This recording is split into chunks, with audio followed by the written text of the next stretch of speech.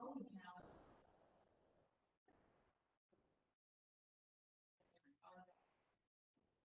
was the first year that we've had an extremely bill filed against the REMCs in a very long time. We have a great reputation, especially the state level, but also at the federal level, as being the good guys, as wearing the white hats and going out and serving the members of rural Indiana and doing what's best for the community. But as more and more REMCs are branching into broadband and internet services, the cable companies have straight up said to us, of course, off to the side, that they see REMCs as threats. And they're not going to pick and choose just the ones getting into broadband. They're going to look at the collective whole, and they're attacking the collective whole. We saw that last year when they filed 2 different bills dealing with full attachment formulas. And they were filed by leadership in the House and the Senate. When that happens, it means things are moving. There's not a whole lot you can do once leadership has put their stamp of approval on something. The way it was written was that it was going to take full attachment formulas that the REMCs use, and it was going to put them under the jurisdiction of the FCC, the Federal Communications Commission, meaning that the REMCs in the Indiana state all will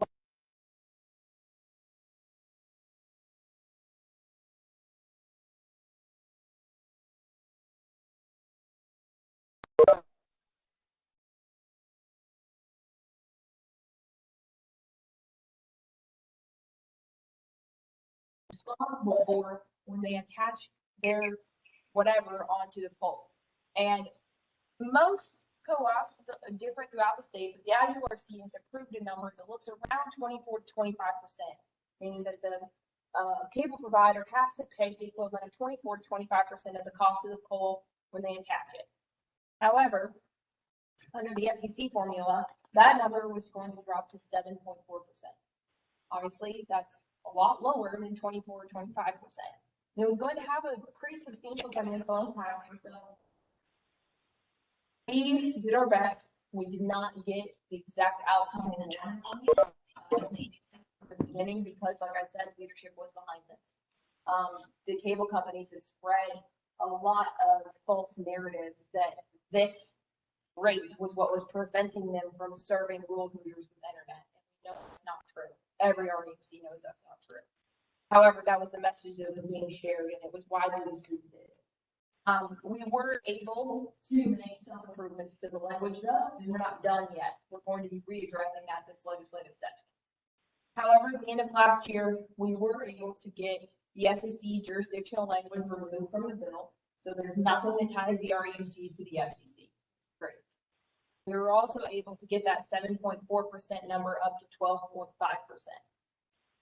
It's not where it needs to be, but it's better than what it could have been. And it's a step in the right direction. We were also able, and probably most critically, able to get in language that grandfathered in all existing contracts. So you have existing contracts with cable providers that are attached to your pole, those are good to go. Unless the cable companies come to you and attempt to renegotiate under the new rate, or your contract expires, you don't have to follow this new formula, which buys us some time. We're very happy that that happened. There was also some additional language put in that penalizes them, and you can apply a 5.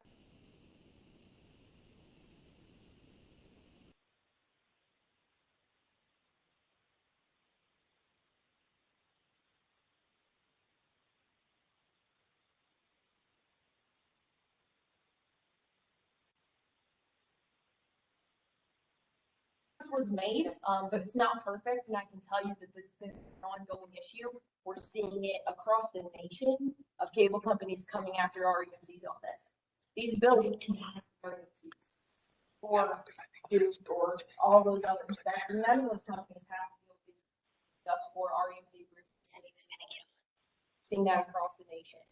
So we're gonna go back to the legislature this year. We're right now gathering data from all 38 of the REMCs on if this new formula were put into place on all of your pole attachment contracts, what would the financial impact be? And we're going to take that number back to the legislatures and show them this is the money that you're taking from rural Hoosiers to subsidize Comcast. I'm not okay with that. we're hoping to see some improvements made in that formula and feeling very confident about that going into this legislative session. And on that note, another thing that they have threatened to go after and why it's going to be, critically important to have strong PAC programs is our make-ready costs. So the cost of the REMC to make a pole ready for a cable provider's attachment on the pole. Usually several hundred, if not several thousand dollars to do so. Provider or whatever the provider is pays that cost because it's their attachment that's causing the pole to have to be updated most of the time in these scenarios. And right now in Kentucky, Charter and Comcast have successfully passed a bill that mandates that all REMC make-ready costs are a flat rate of $100 per pole. That's it. And we know that doesn't even come close to the cost that the REMC incurs when they have to make a pole ready for these kinds of facilities. So we've had, since May, we started having conversations with the legislators explaining this issue and why it would have a huge financial detrimental impact on the REMCs. And we've heard two things. We've heard, we have no idea what you're talking about. They have not come to us with this idea. And two, we have no interest in doing that. So at this time, we don't believe that to be an active threat, but it is certainly something that they are doing in other states and that they have mentioned to your lobby team down at the State House. And we know that if not this session, they could try it in the future. And it's something that we are already working on getting out in front of to prevent happening. But it's something that would have a huge impact on the REMCs and why it's critically good legislators in office who support what we do, who support the mission of the co-ops, and who we have good relationships with. And that's where we sit today. There's also things going on like the 21st Century Energy Task Force that concluded last year. They made some recommendations to the state legislature. Nothing too impactful, more just general guidelines. However, the most significant thing they asked for was 2 more years to keep studying the problem, because solve all the renewable energy issues in the future stuff. So they agreed on that for another 2 years. We're actually concluding the first year of that again. And, we are heavily involved in that process. Future Energy is heavily involved in that. Wabash Valley, of course. And Donna actually sits on that committee. And we're monitoring, what does the future look like? And how can we keep energy safe, reliable, and affordable as we have to incorporate, more mix of renewable. And yes, that may be primarily a GDP issue, but we know it trickles down. I want to make sure that, we're always advocating for you and for the members of the community. So I just go over all of this to remind you that there are really important things happening at the state and federal levels of government that do affect the everyday lives of the people that we work for and the REMC as a whole. And that's why it's so critically important to have a strong collective voice that the PAC programs give us. So a little bit more onto the PACs now. We have 2 PACs in the state of Indiana. We have our Indiana 4 PAC that is Indiana specific. That's your statewide PAC that's only going to support Indiana legislators. So that's your Indiana state reps and your Indiana state senators, as well as gubernatorial candidates, the governor, the Republican and Democrat parties, things like that. So it's only going to support state officials. And then you have your Acre PAC, which is run through an RECA, that is going to support federal legislators. But it's important to know that any money you give, any money collected in the state of Indiana, only goes to support Indiana's federal legislators. So it's not going to go fund a legislator from Tennessee or Georgia or wherever. It's only going to support Indiana legislators. You may be wondering, well, what legislators get this money or who decides? And I can tell you that the GR team, myself and my 3 colleagues, we sit down at the end of the legislative session and we go through things like voting records, who carried our bills, who supported us, who didn't support us, who was a voice for us in caucus, who sits on committees that are important to us, who's in a position of leadership that's important to us. And we make recommendations based off of that to the 4 and under committees. The 4 and under committees are made up of CEOs and directors from across the state who ultimately have the voting power to decide how the funds are distributed. We are bipartisan, so we look at both parties. We solely focus on who helps us in our end mission of keeping energy safe, reliable, and affordable. And that's solely what we focus on. So every dollar contributed to either PAC goes directly to those legislators. It doesn't go to IEC. It does not go to anything else. Solely goes to those legislators. And I can tell you, I know it sounds cliche, that it really is critically important right now because we just went through a redistricting cycle, and that's a big deal. You know, it only happens once every 10 years, and it can drastically affect your representation. I don't have details yet on if that's affecting Decatur County REMC, but likely to some degree it will. We're currently working at statewide on going boundary line by boundary line and comparing your footprint. We will let you know if there have been changes. But if you do have new districts, that potentially means new legislators to get to know. And strong PAC programs are what helps us do that, what helps us have strong relationships with those legislators. It's also costing more now than ever before to run an effective electoral campaign. On average, for a non-contested average race, it's costing your candidates $30,000 at minimum. And these are local people just like us who live and work in your communities and do this part-time. So the best way we can support them is by contributing to their campaign and letting them know that we appreciate their support when they're at the State House and their support for their rural communities. And that's what this money goes to do at the end of the day, is support people in your community who are your voice down at the State House. Yeah, I think that covers it. Does anyone have any questions for me or anything want to chat further about, whether it be the PAC programs or what's going on at the state or federal level?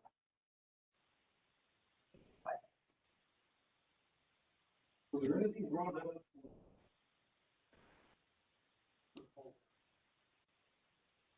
Bob started out doing it for his son. Why aren't they doing their own polls? That type of thing. And also, what about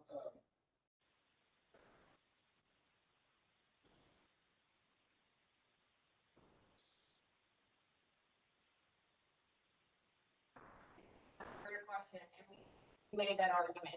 We made that argument to the best of our ability. You know, one of the first things we said was, if you guys are unhappy, you can build your own polls and you can deal with all the costs and maintenance that go into that. $10 is really an issue to you. Obviously that was ignored very strongly, but it was an argument that we made multiple times and in front of legislators. And, you know, we did bring up, we had financial breakdowns of this is what the maintenance cost is on these poles. This is what the cost of the pole is. You're claiming that your attachment only affects 1 foot of the pole, so you should only pay for 1 foot of the pole. What about the 30 feet below it and the 10 feet below that are in the ground? Obviously, your attachment affects the entirety of the pole and not the 1 foot that it's physically stuck to it on. So yes, we certainly made those arguments. Unfortunately, we had a very detailed financial technical argument to make, and that's difficult to convince lay members of the public. You know, legislators, yes, but they're not experts in utilities. A lot of them have no idea what we're talking about. So being able to condense that down into something that was digestible was difficult, especially because we had about a 2-week time frame to do it. And that's where we really struggled.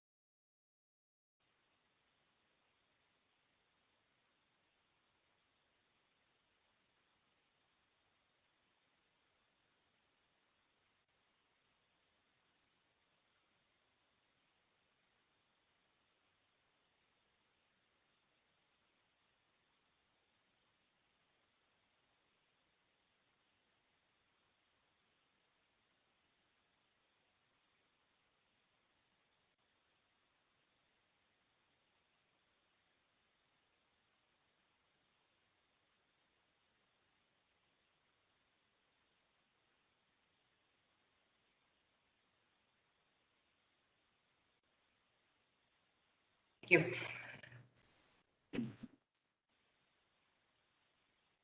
You gonna lead to the. Yeah, I'll just. Thank you. Yeah, of course. Yeah, we'll pass those out. Okay. I wrote a lot for your employees. Okay, Whenever you decide. thank you so much. Yeah, Appreciate it. Thank you guys.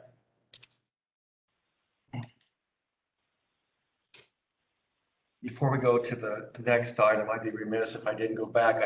I know I asked for a motion. I got a first and second, but I don't think I asked for approval. So all in favor of the agenda? Aye. All right, so we're good there. So at this time, we are going to be going into executive session. We have a member request and going into executive session, I'm going to ask for those 4 members that were listed on the document, Jay, Curtis, Kenny, and Gordon, you can remain here. I'm going to ask for those others to please go out to the middle and then that you need to go out as well.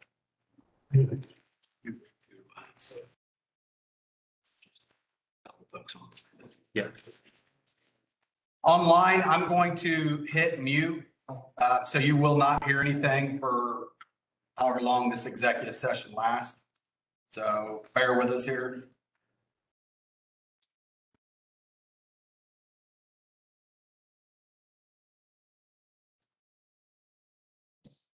Rest of the camera can.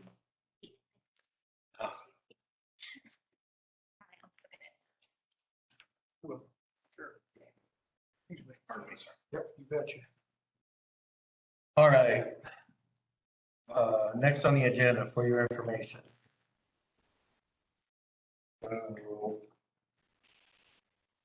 You have some other things we have to talk through there before we get to the cost of service study bids. See if anybody has any other thing that they want to know any more about. Action items. Steve and Matt was going to go over it, and Okay. just so everyone knows, on the back page of your agenda, I put for this specific cost of service study one, there's company 1, 2, 3, 4, and 5. And then the names of the bids. So I just wanted to make sure with confidentiality stuff that we just refer to them as 1, 2, 3, 4, 5. Okay. And Matt was going to go ahead and talk through the memo, answer any questions. Right on the back of what agenda? Second page of your The agenda. Do you have a 2-page agenda? Yeah. Second page. And then for the broadband one, it's right under, just so that we're not calling companies by names or what certain things. So Do you want me to start with that, or which one do you want me to I start? would just go through the memo, kind of like what, I mean, out of the lenders pros and cons list, does anybody have any questions on that? My general view is that they all have a spot where they can be useful. I wouldn't not talk to any of them. FFB, RUS, pretty much the same thing. They have a little bit cheaper rates, but they're more work, and CFC and CoBank have a little bit higher rates, but they're easier to work with. So that's kind of the rough, dirty analysis, I would say. So, does anybody have any questions on that before I move on to the next one?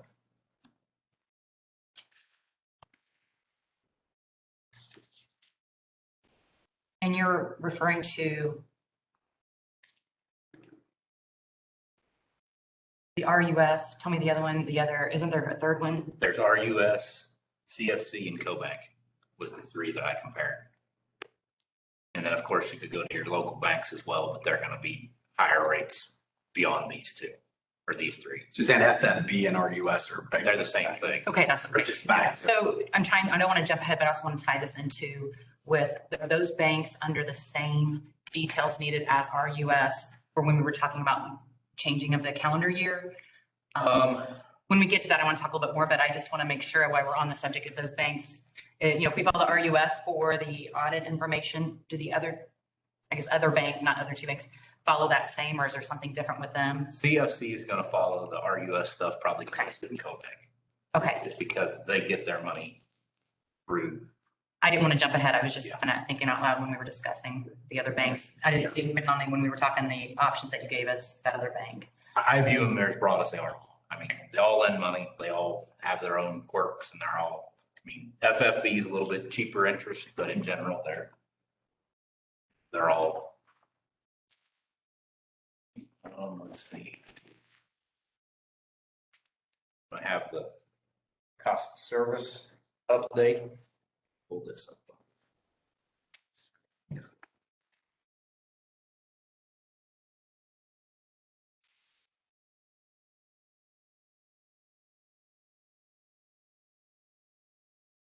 So I got the 5 bids from all the companies that you requested that we get them from. I have contacted every one of them. They all will use our AMI data.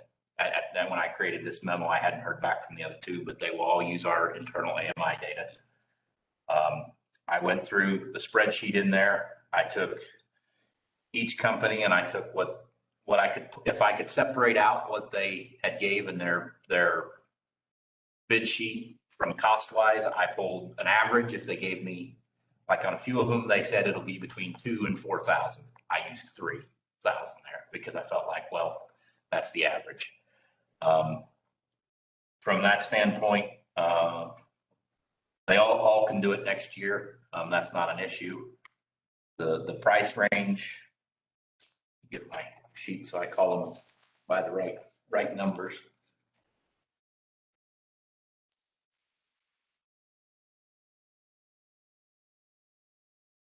So there's company 1, 2, 3, 4, and 5.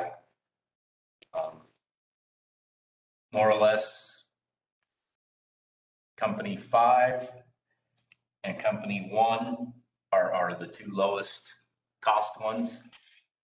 They are used by most of the other co-ops around us. Then there's company 3 is not used currently by many in Indiana, but they were the 3rd highest price, or the mid-range price. And then there were the last 2 that are the highest priced.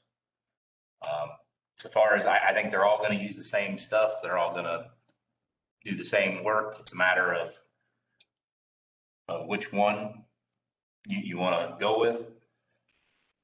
In general, I would recommend that we stay with who we have, from the standpoint that they are familiar with us and there's multiple people and they are right at the low cost. So, but that's for you guys to decide who you want to do it. So, does anybody have any questions on any of the sheet? Or they just picked up another one I found out today, so I don't know how much room they had in their schedule. But well, number 5. Okay. I was told that Hoosier today is doing another distribution co-op. It's not on this list, so I know that these guys are getting full and we got to make a decision. That was going to be my point is we're, especially with some of the, Whoever you go with, you got to get it nailed down. Because they're all doing them. Everybody's doing them. Do you have any negatives with the company number 1 that stick out? That would be to have a different firm, just like as auditors. I remember our first meeting I ever had, that his auditor's name was named Earl, that was here, and he just suggested that we go by different contracts and different third parties. Not necessarily not go back to company 5 another time, but to have a different company come in and view. the only thing I would say there is he came from company 5. He's going to do the same thing they did. He's also one-man band in that if something happens to him, Company 1 is? yeah, he is the only one there. So that's good and that's bad. I mean, Is company 2 and 4 used in other local RMCs, you said? It was just company 3 that was not used, correct? company 4 is used by Hoosier. Actually, company 2 and 4, I think, have worked with Hoosier, both of them. Company 2 designed a new rate structure, but they're kind of far away. And company 2 does do work. And if you look on the one spreadsheet, I listed who they do work for. And I tried to list anybody that was relatively close. Okay. So company 4 does do work nearby. They do Southeastern, Harrison, Clark, 9 Star, so Johnson County. There's not going to be a lot of value in you know, like maybe an audit or something off for, they're using the same guidelines. So, Yeah, they're twice as much money wise. but I mean, as far as the two low cost ones, they're using the same guidelines to do the same thing. They're using Yeah. the same guidelines set by Hoosier, I'm sorry, set by, They're national standards. They're using Yeah, the they're same. all gonna follow this. they're following that guy, okay. I'm sorry, I was wondering if it was the Hoosier that's, And, you know, well, the audit is a different discussion for another day, but One example I have with company 5 on our existing, and I said before I was going to work forward on correcting issues within the cost of service study. On our peak energy charge from Hoosier, it's 5.521 cents. And on medium, large, and LCP commercials, we're selling that at a loss. I don't understand that. So that goes back to the revenue. No, you can't buy something and sell it for less than what you're buying.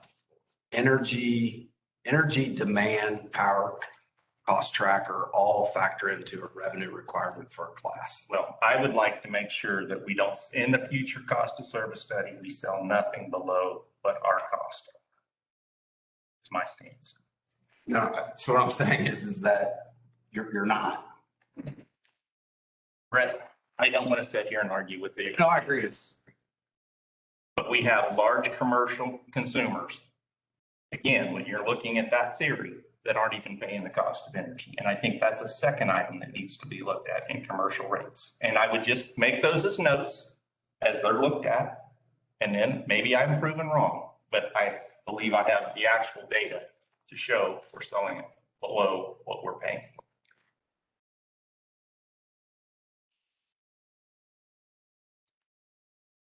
Correct? I think the difference is in the power tracker. If with what you showed. No, the power track, this is a whole different thing than what we looked at for industrial. This is commercial rates. So. Again, that's my statement. I would prefer not to use Prime, but that, or the company. Oh, sorry. Jeff, can I just, so you are suggesting that there are errors after all of the discussions we've had and after all of your meetings? You're still suggesting your position is that cost of service study it has errors embedded in it. I believe that to be true. Yes. And that's why I said I would let it go and we would apply it to when we did the next cost of service study.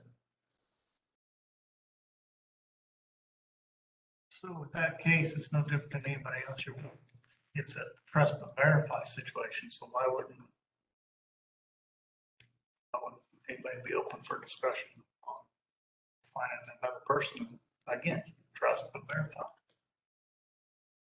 I think trust comparing them, also education on my part. I need more education about how the formulas are, I feel like I don't have enough knowledge when they talk about the calculation of it too, when they do the cost of service study. I don't know how it's done before, but do they present it and have a session with the board members of an explanation? They'll all do that. Yes, they will. I'll do that. Yeah, you'll get a presentation along with the breakdown. Okay. I guess from my standpoint, there's 5 choices. I think like 5 of them do a fine job.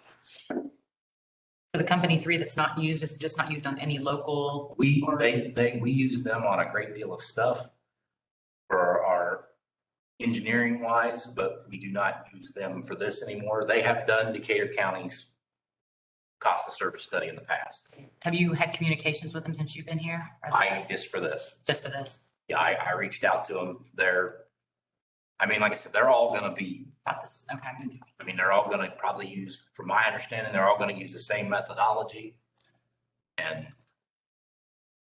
We do work with that company on our. yes, we work with them right now. And several things. what was the last cost of service study company 3 did? Do you know about how many, was it?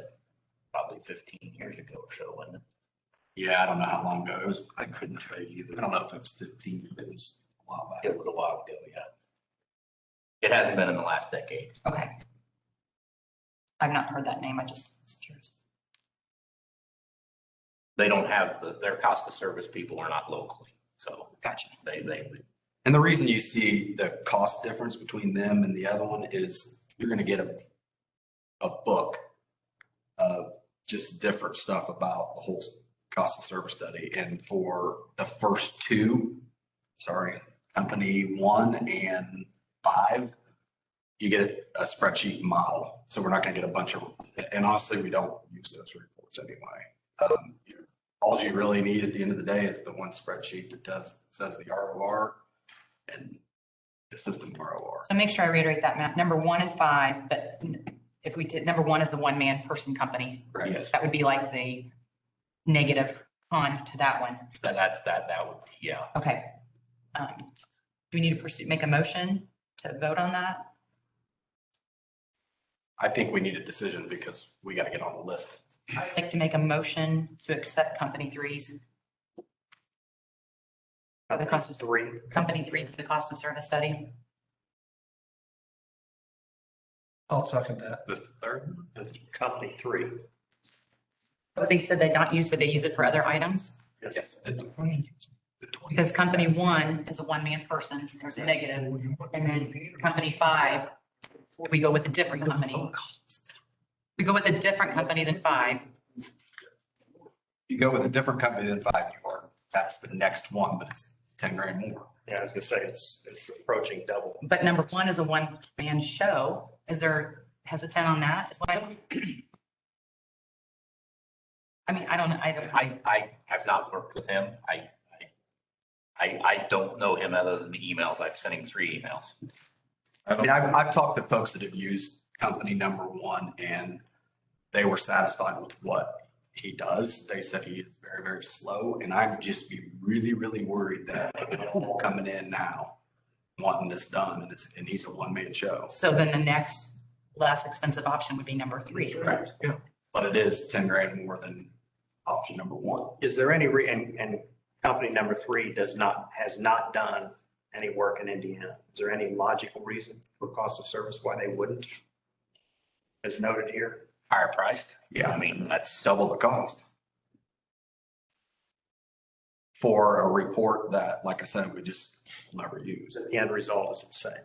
You just. you get- Is the book in the result, if I have to? Is it a requirement for them to give it to you? It all comes in, yes.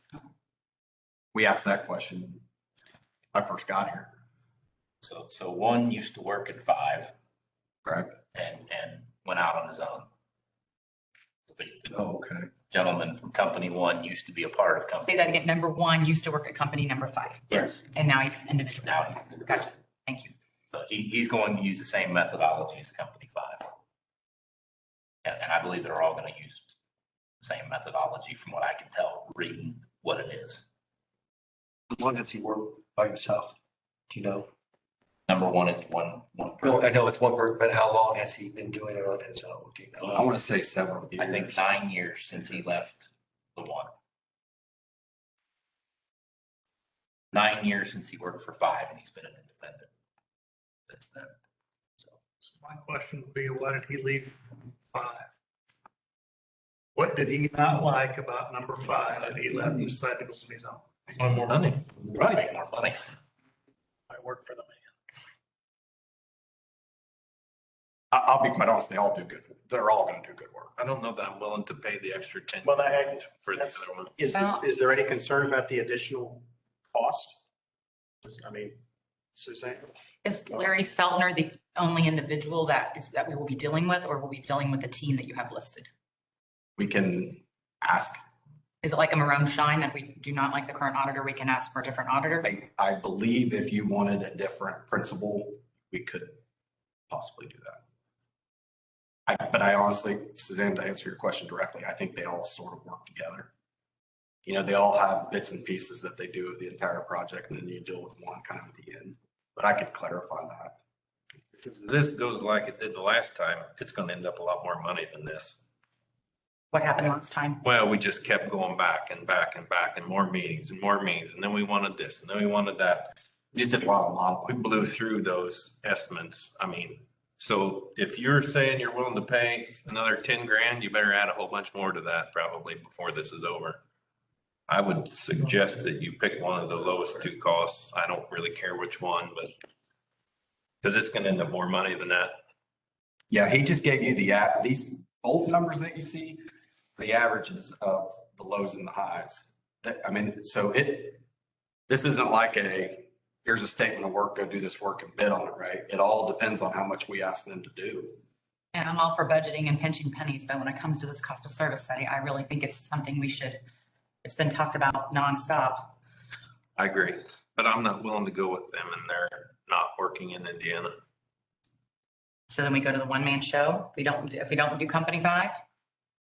I'm fine with company 5, but I'm not gonna die on the hill for this either way. I'm fine with as long as you take one of the lowest cost ones. Jeff, a question to you.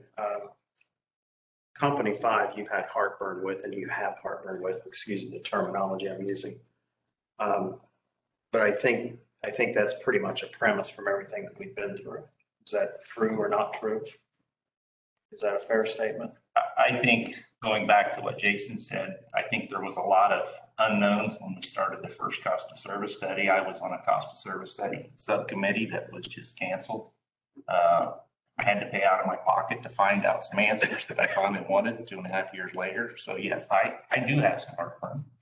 And I'm not saying it was Larry's fault, but I do believe there are issues. And if we want to go with the lower 2, I'll make the motion that we go with Catalyst, the company 1. Do you guys have a motion on that? Yeah, we already have a motion. Yeah, I will, and I was looking at the bids, looking directly, you're going to get more. And after Jason said, percentage of increase from the past one would be higher. I It's mean, not in stone. It's not like I'm not guaranteeing that, but from the last time, it really escalated. okay, I'm going to rescind my motion. Okay. Based upon that percentage increase that it was before, higher than these bids. I didn't realize I thought these bids were in stone. They were the exact same price. Okay, correct. So with those rescinded, when I make the motion, With that one. I'd like to make the motion we use company 1. Do we have a first? Second.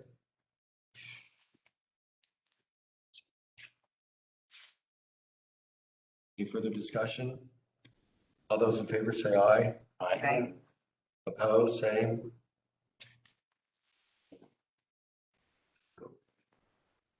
Okay, 1.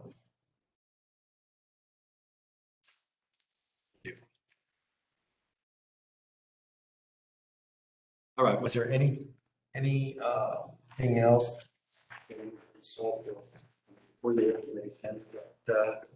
Questions on? I was going to go through. I got another one. I got this, and keep on going.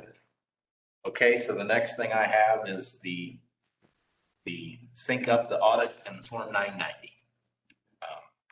So the current schedule right now is the annual financial audit is May 31st. The internal budget is December 31st. The Form 7 is December 31st. The Form 990 is December 31st. So we have option 0 is change nothing. Option 1 is change the audit from May to December. I mean, I assume everybody has read what I put out there. You want me to go over it again, or do you want to just ask any questions you have on this? I can do it however you guys prefer.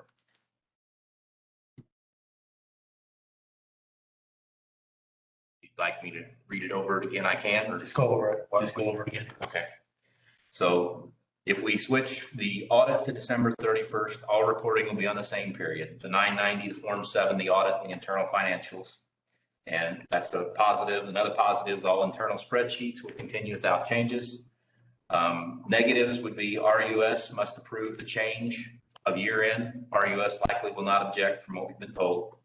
The initial audit to make change will cost about $20,000 more, as the financials will require a second audit. They'll have to redo the initial balance sheet year. So when they start to start from their beginning balances, they'll have to audit those. So they'll have to audit the beginning balances. And then so if say we decide to switch that today, and RUS approves in January of 22, they approve our change to switching to a calendar year audit. We will go until December of 22, and we will have our audit. RUS will require for our comparative financials, we will have to audit December 2020's balance sheet December 21 balance sheet and December of 22 balance sheet. And then they will also audit the income statements from 21 and 22, and then going forward, it'll be that. The other con is that calendar year audit work could be higher ongoing cost because the audit will show up in accounting busy season. And from what their current and former auditor said, they thought that'd be about 10% at the most. So it was actually less than I thought it would be. So option 2 is change the 990 in the internal financial tracking to May 31st to match the audit. A pro is the 990, the budget and the audit will all be on the same period. A con, all internal spreadsheets will require major updating, and there's a lot of time involved in that. The capital credit allocation will change from December to May. The annual meeting will have to be changed from June to a later date to allow time for the year end to be done in the 990. The Form 990 would require a short filing year, and the Form 7 is still going to be a December 31st requirement report for RUS and USDA. So after our recommendation, after discussions internally and with our audit firm, we recommend that we leave the audit and year end as they currently are. There are some advantages to having the audit match the calendar year end, but the cost involved in moving that is greater than the benefits gained from what the auditors have said and that. However, if the board believes that everything should match and the additional costs are a benefit to the membership, then I would recommend that we move the audit to the calendar year, as this would be least disruptive and costly method in the long run to do that. I do not want to go to a May. We don't want that. So that's just, we don't get everything synced if we do that. So. And if one other thing we talked about doing is our system has the ability to spit out 990 format for whatever period. So the idea is that we want to be able to match the exact same numbers from the audit to our 990. We can do an internal 990 to match those dates. It's not that big. The system spits it out. If that's the motivation for changing it, I would go ahead. I think the motivation is that the annual report provided to members, the 990 provided to the IRS, Form 7, which is public knowledge out there for everyone, and our audit be on the same calendar year. I just think that would reduce the conversations that we've had and questions of what numbers are what, or hesitations or publications that have been in error. I think if you have those points that have been audited, the members have them. It's the same information provided to the IRS. I think the elimination of questions by members and or discussions would take care of that. And I think the first month I got on the board, I'm like, why wouldn't you audit it? Yeah. And why wouldn't the members get what's reported on the 990? No, I understand that. I don't know why it was done that way originally. So. And it's been that way forever. Yeah. I don't know how back. So going forward, let me reiterate, it would be a 10% of what the regular audit would be generally. They thought generally going forward. So one of them didn't, the current auditor didn't think the price would be much difference at all. Okay. The former auditor said, yes, it would be a little more. So. But not. So while we're talking about that, how long are we under arrangement with the current auditor? Because that I do have heartburn with, because we are not getting near the information, the quality or the quantity of the information as we were with the previous auditing firm. I think we have one more year. I don't remember when. That sounds right. I think it's getting one more year, yeah. Because we're just getting the Who board. was Earl from? What company was Earl with? London Whitting. Yes, he's sharp. I learned a lot from that meeting. Yeah, well, not that it has to be Earl, but that, I don't care for what we are doing now.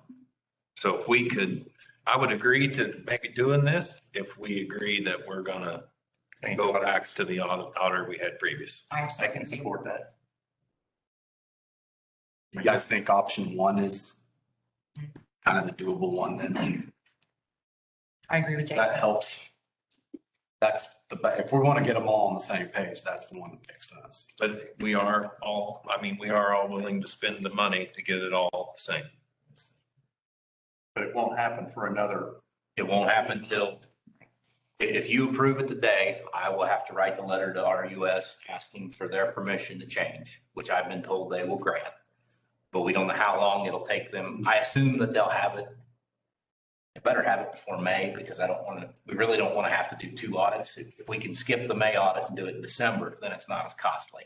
So that's, We really won't have compiled until the end of 22. yes, we will not have we would not have another audit then until December of 22. We would not have an audit in May of 22 unless we chose to. And that would be Monroe and Shine. So we would not have Monroe and Shine. We would be voting on another audit firm before that audit. Am I correct? I'm not sure there. That's on track. I don't remember if it says 3 years until we actually do it. I don't know. We need to go back. Yeah. Yeah, because we got a proposal from. Well, We can work out the logistics. I mean, So Jason, would you accept if I would make option 1 with the note of reviewing what audit firm is used? so I think this is the deal. When we do we're gonna do the 22 and then we're gonna go back and we're gonna do the 21 and we're gonna do 20. At London Witty, do that work. I absolutely agree. Okay. you guys want to go ahead and make the motion to go to London and Whitty for, I guess, If- if- we can do it later too. At the expiration of the current contract. Yes. In other words, that's a board decision. But to be prudent, shouldn't we have some sort of presentation or price or something? I mean, we should just blanket say, we're going to move to London Witty and. So we could do option 1. Standing motion. Option 1 is with the contingent that we review what audit firm is used. Will change, but to make my notion. So I would like to make a motion. Can you hold that thought? Lisa, I just have a question. I understand your point about the consistency and I understand all of that. And I've heard you say it repeatedly, Suzanne. That's a concern from you and what has been voiced to you. Any other board members? I've not had anything expressed to me regarding that. Is that the driving force that you've got members suggesting that consistent reporting would make digest information? I'm sorry. We've never been asked, but that doesn't mean we Well, won't. that's right. And again, I'm not necessarily opposed to it. I'm just trying to understand what's the motivating force behind this.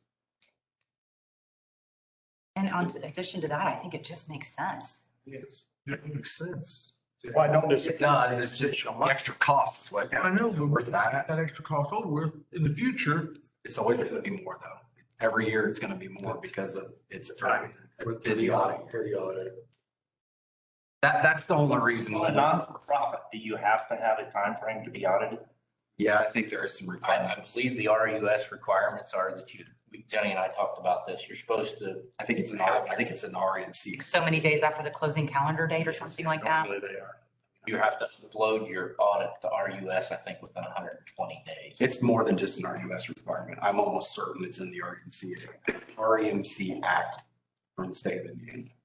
That you are. I don't know what the timing is. I don't know what that is either. I could look. But Matt, I know you haven't been here a long time, but operationally, that schedule at year end, what does that do to your staff? What does that do to does it have any impact? Does it have any impact? Jenny and I talked about this because I said, hey, what do you, she said, if you want to move everything to May, she said, I mutiny on the valley. So, but if, December is fine from an operational standpoint, we're doing everything in December anyway.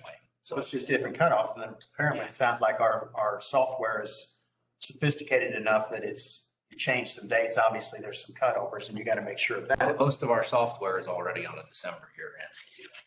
I mean, it's the biggest thing I think that I haven't been here as long as you would say. My speculation is that the May was picked because it's cheaper to do a not-for-profit audit over the summer. I mean, that's my assumption.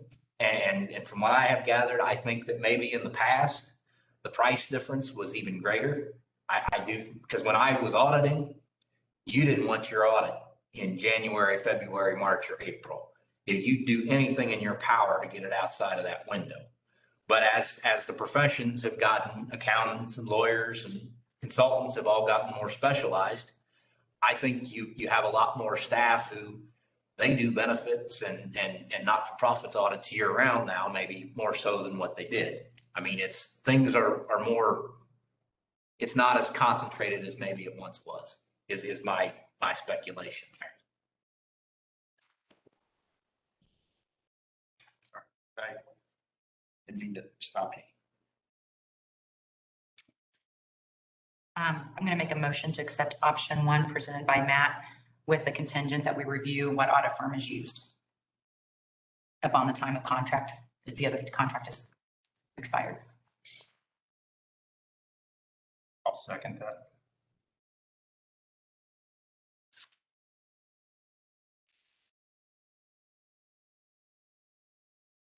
Any further discussion?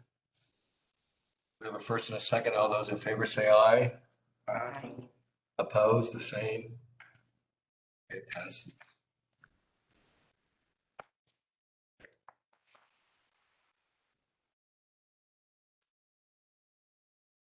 Anything else on for your information?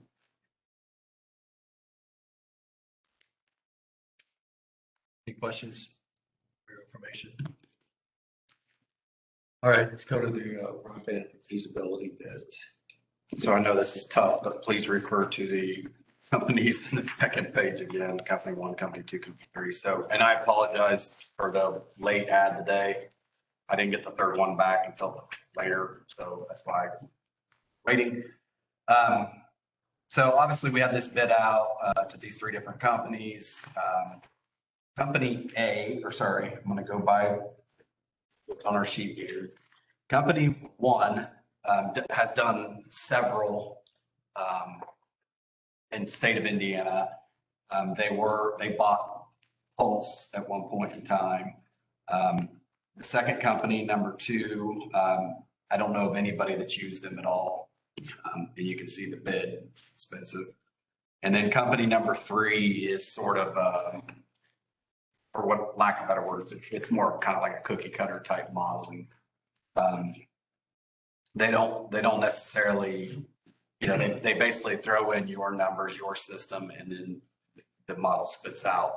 Whereas company number 1, they are a co-op. They do more of a, kind of a, like I said in the memo, kind of a creative, they vary their service models depending on. So if we do this study, there's no doubt in my mind, there are going to be areas where it isn't going to make sense to run 2 miles of line fiber to, one house, right? So their model will allow them to switch that.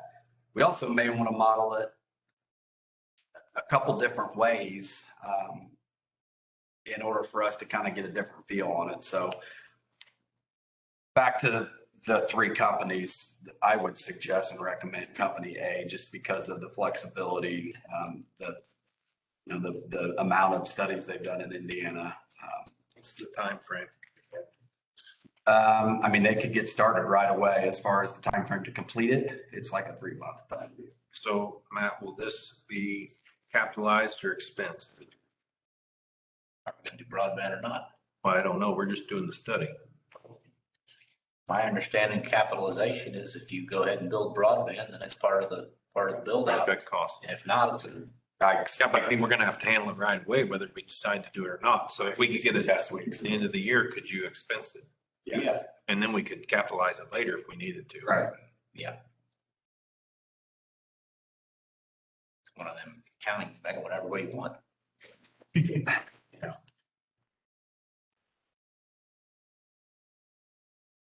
What I would suggest is if we do this while we're doing the study, we bring in, if we go through company 1, we bring him and Mark McKinney from Jackson, maybe to our next board meeting.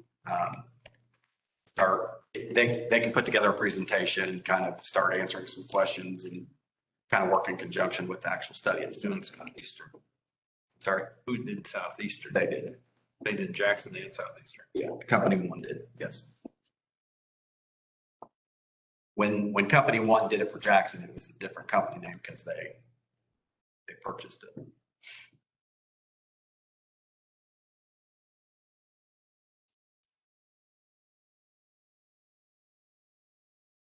anyway, I put the actual bids in there, and I'm sure no one's got a chance to read all these. What I suspect is if you guys approve the dollars, it's gonna take us a little while to get through and pencil out all these, the statement of work and getting the actual contract completed and all that. There's a good chance the expense won't hit till next year. But we would want to get it done. Pay it now. Okay. Sign the contract before the end of the year and pay it. Right. Yeah, I'm just saying it's not gonna happen tomorrow. It's gonna take us a couple of weeks. But I mean, we can get you before the end of the year. I'm 100% with you. Yeah, that's what I want. I'll make the motion. And list company A or company One. whatever. Company one, Yeah. Second. do we have a motion for company one? Second by Clay. Any additional discussion? All those in favor say aye. Opposed, the same.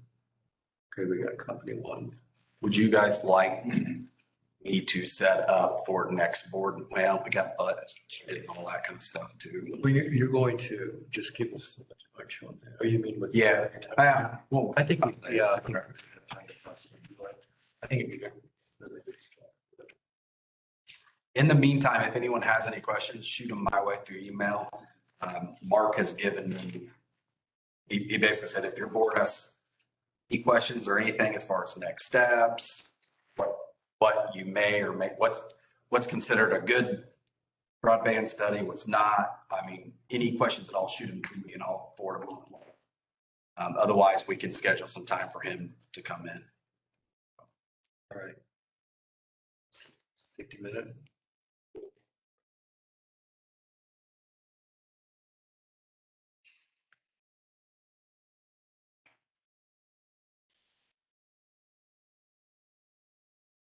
So yeah, cool moments.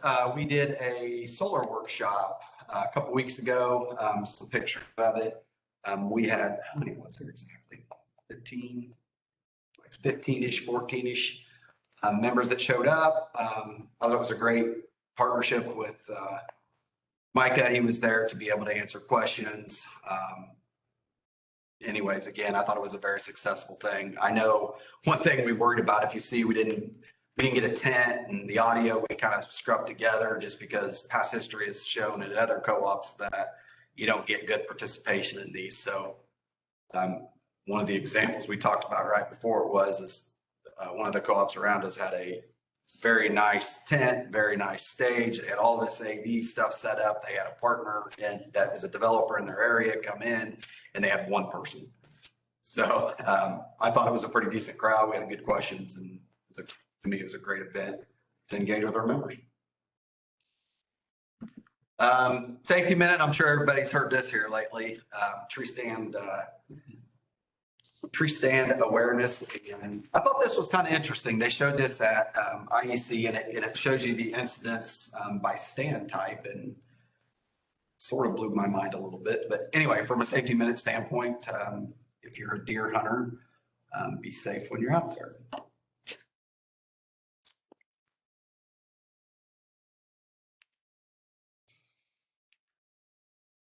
Right.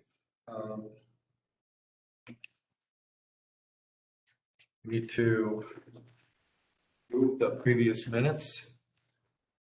But had a chance to look at it. There.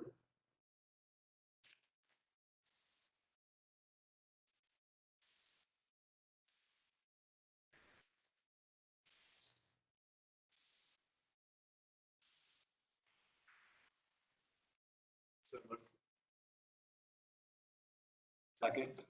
Second. I'll second. We have a first and a second. All those in favor say aye. Aye. Opposed, the same. All right, the minutes are approved then. We're ready for this evening, board, Brett.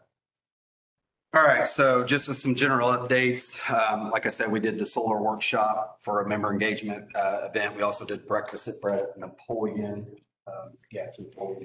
Last Friday. We completed 5 board action items, and then congratulate Matt, Jeannie, and Rachel for going through the Bell Leadership Program at Hoosier. So that's a very intense leadership workshop, 3 days, I think, 2.5-ish. So great to have our leaders going through that training. From a strategic project, we did implement our design guidelines.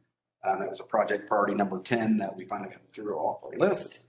You guys just saw the cost of service study bids that we completed. And then Beat the Budget. So Beat the Budget is our cost savings program where any employee can enter a idea, and it basically is supposed to remove barriers so that they can implement cost savings.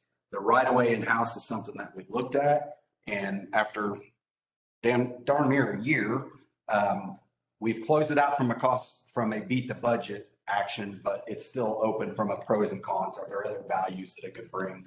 From a savings standpoint, it's basically a wash. So anyway, it's got a little bit more work to do, but we did close it out from a budget standpoint. Any questions on general updates or anything? If not, I'm going to roll into the metrics. So median temperature for September, I think back in September, we were about 1.6% under our 5-year average. Then if you look at cooling degree days and heating degree days, so for the cooling degree days here in September, we're about 12% under. And then heating degree days, we were just about 8% above. So nothing really spectacular as far as from a weather standpoint. If you look at purchased energy, we were at about 28 million kWh, just under about 6% actually under our 5-year average. And then demand was about 4% under. As far as outages, it's been pretty quiet actually. We've had a number of outages, but not necessarily larger outages. So it's been pretty quiet there. If you look at consumer hours, we were well under our 5-year average, but then the number of outages, we were above it. So what that tells you is we had a lot of one-offs that didn't last very long and didn't have a lot of members involved.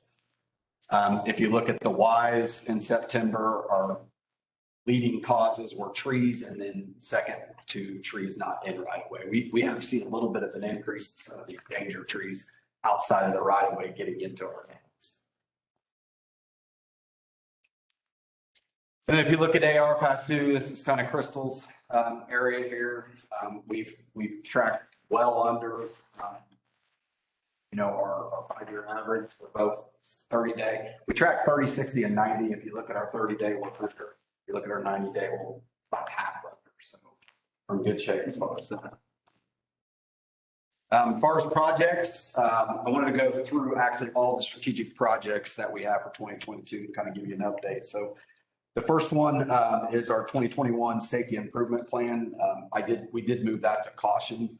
The idea is the goal was 20 crew audits, and we're still sitting at 7. So it's really just Pat's time. There's not enough time in the day to get those done. I've got it on caution. We're going to still try to get to that 20. I think he was actually doing one tomorrow. We're having it scheduled for him. Pole replacement program. So our contractor D&T is on site. They're working the project. When I wrote this, they were about a little over 20 poles completed. And we actually have their layout site over by Best Equipment, and they're working them pretty fast. So we've had D&T is a fairly new company. It seems like the work is really quality. We got Brian Amrine, who runs our service truck, kind of following behind him and making sure that they're meeting our specs. And we are starting to get some of the bigger invoices on this project. They didn't get put into the financials for this last month, but they will be in for this one. The meter pole replacement project. We have landed on Steve got to see it yesterday. We went to IEC the day before, but we do have a proposal. We're kind of putting together some of the other pros and cons from some other options. I'm planning on bringing that to the board next month. Although I'm going to try to get you all information through email in the next couple of weeks. I don't know that I really need board approval, but I do want you to back the program and kind of back what we're doing, because some of it is we're going to be sending letters to members. I don't know that we're going to need the actual option that we're suggesting. I don't think I'm going to need any additional dollars that we don't have in the budget, but you all will be receiving phone calls, I'm sure, because some of this stuff, will require the member to do some work also. So look for that, your emails in the next week or so. I'll present it at the next board meeting. We'll go from there. The vision and strategic planning, so we have that scheduled. I don't know, Steve, if you said anything about the location yet. No, I haven't. I thought when we get to the Okay. December date. So that is scheduled for the 15th and 16th. The idea is on the 15th, we'll do a full day of strategic planning. On the 16th, we'll do a half a day. And then the second half of the day, we'll either come back here or stay over, planning on doing the strategic planning and go through our budget presentation. So it's still going to be a pretty full 2 days. So that's the plan right now. Any questions on project, any of my updates?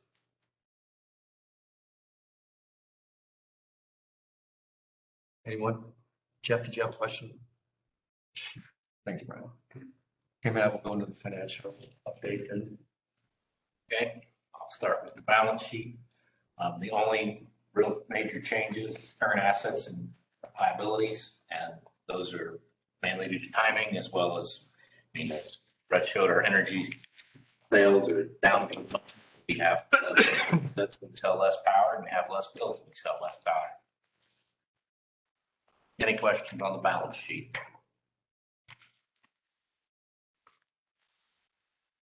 Next, we have statement of operations. Our operating revenue is 25,196,000 versus, which is about 1,466,000 under budget, which is about 5.5%. Our power costs are 18,126,000, which is about 1.5 million under budget, or 7.7%. And we have lower budgeted revenue because, and expense because we're under on our power usage. Our residentials are under by about 400,000, commercials over, industrials are under, and transmission is under. So our kilowatt sales are 4,152,000 behind budget, or 1.52%. As everybody's aware, the economy is, we have parts missing and shortages, and nothing is running like it has. Next, the only other difference really is the controllable expenses, and they're mainly below due to timing of payroll and expenses, as well as the trust, the benefit trust, as was talked about in previous meetings. So our margins so far is 1,462,000 versus a budget of 767,000. So we're about $694,000 ahead of our budget. Anybody have any questions on statement of operations?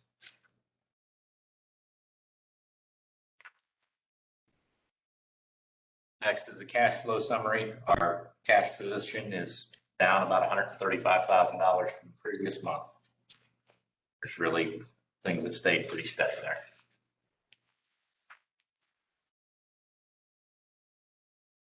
Next, we have our gross margin metrics. As you can see, our sales are lower than budget.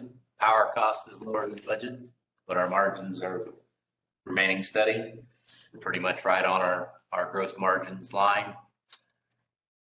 So it's really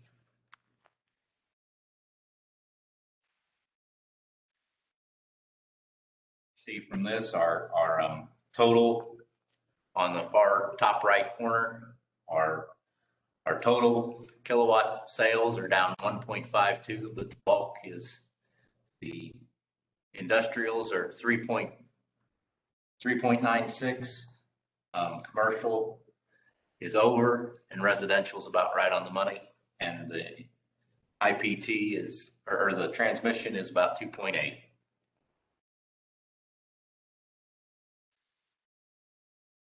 And lastly, we have our planned investment.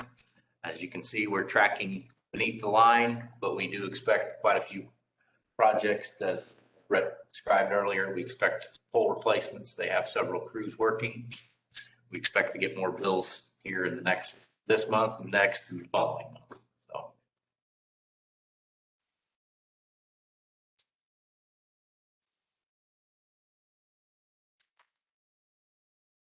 not a lot of change.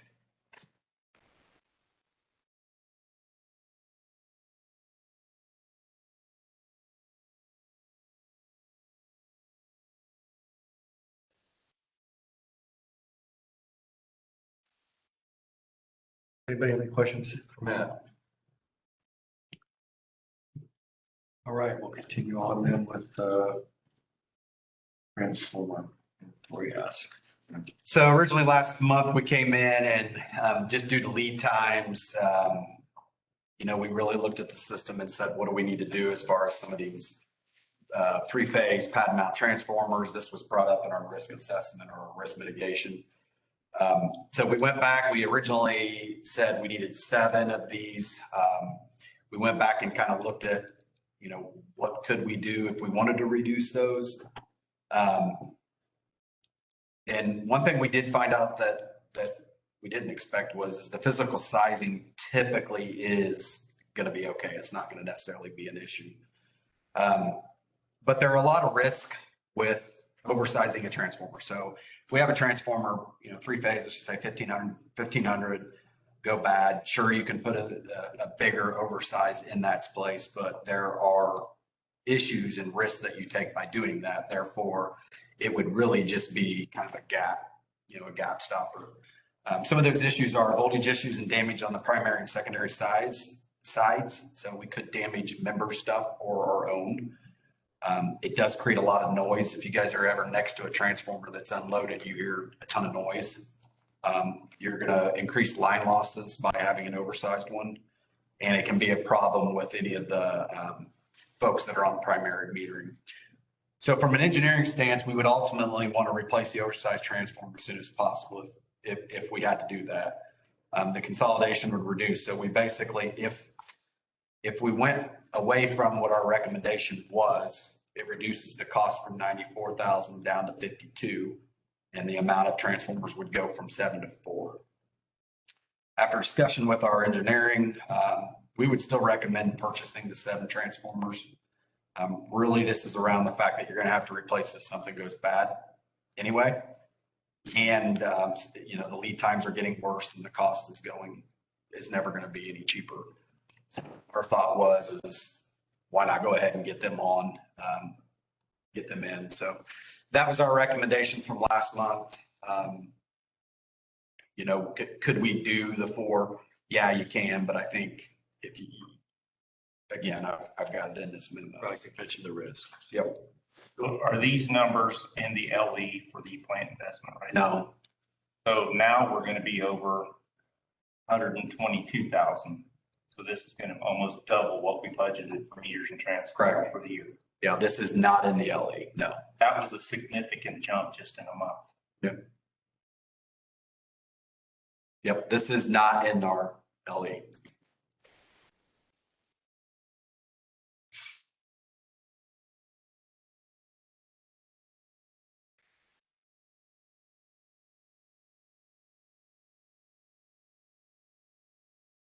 And again, it's really just due to the fact that the lead times are getting ridiculous. Suzanne, what's your thoughts?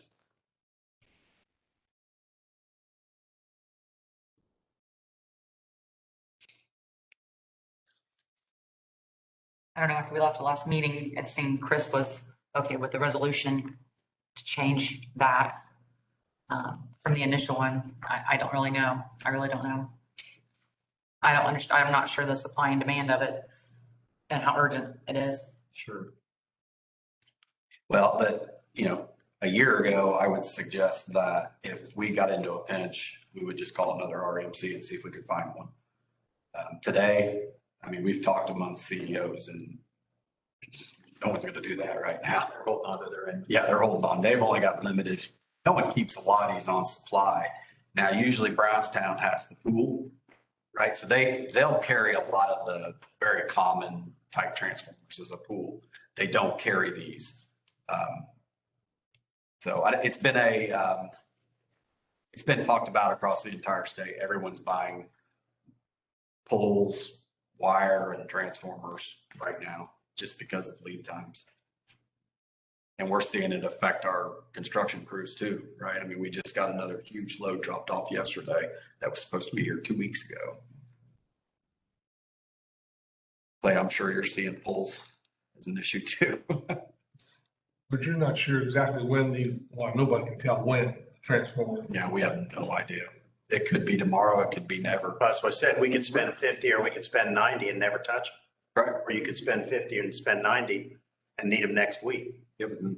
I mean, we have a new, Risk involved either. we have a new point company that's coming in, and so, I mean, they're, believe it or not, business, we've shipped out a lot of RFPs and just new businesses, you know, coming in. So I wouldn't be surprised if we don't use one of these,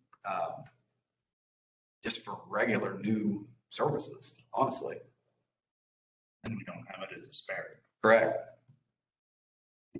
Well, we would use it and then order another I back. was gonna say, you can use you can do the oversizing as a contingency, right? Yes.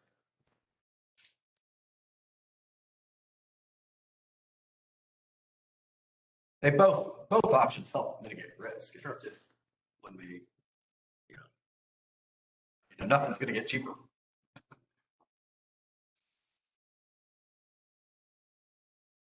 And by the way, all these are remanufactured. So none of these are brand spanking new. Remanufacturing is becoming very, very popular for spares and stuff like that. Is there any kind of warranty on remanufacturing? We get the same type of warranty. They basically bear them all the way down to the cores. So, I mean, they're rewinding. It's essentially new.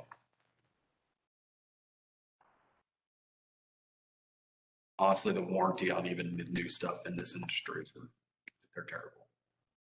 You don't get much time. You know, your thoughts? I'm about ready to make a motion.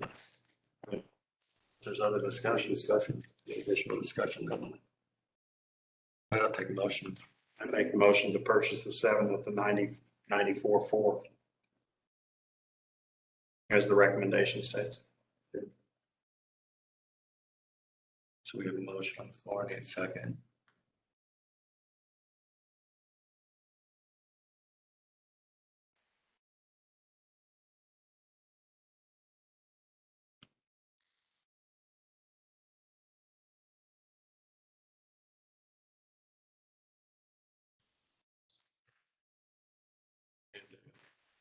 You know, this is kind of the rock and the hard place. It is. I don't like it, but what are you gonna do? It's the world we're living in right now. Purchasing the floor would be the ideal way. I think. Budget. Because,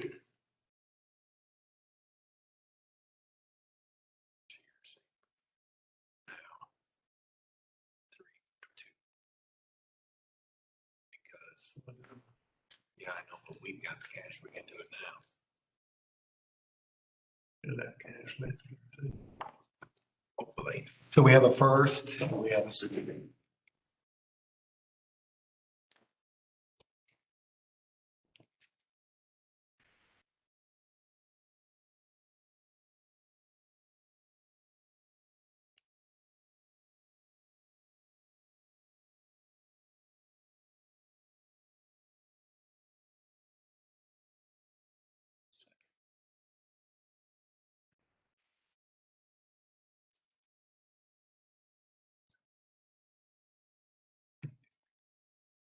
With another motion. Statement. No. The other 3 for next year. By 4 and the 7 now? Yes. That was Carl's name, not mine. That's the same, yeah. So what's that read? Is it simple math or is going to be? The 4 is 52,205. The only difference is we're gonna pay more and have 8 times in 2022, but you're only talking 1 to 4 months. I think we'll order as soon as January comes. That 94 number was the same one we reported last month. Are we sure that's still a good? No, we do not. Okay. It will have to requote them. But even if we say the 7 at that, we can't say a 7 at that 94 number. We have to say just get 7. I just do like plus or minus something. No. 2%, 3%. I can't imagine they gone up that much in 2 months. There may be a couple $100 difference here. And I might be able to negotiate that. I don't know. These are old quotes. Right. They may come back exactly the same amount. Mm-hmm. But the 4 will definitely be more, sorry, the ones that you put in 2022 will have longer lead times and be more expensive. But it does spread it out.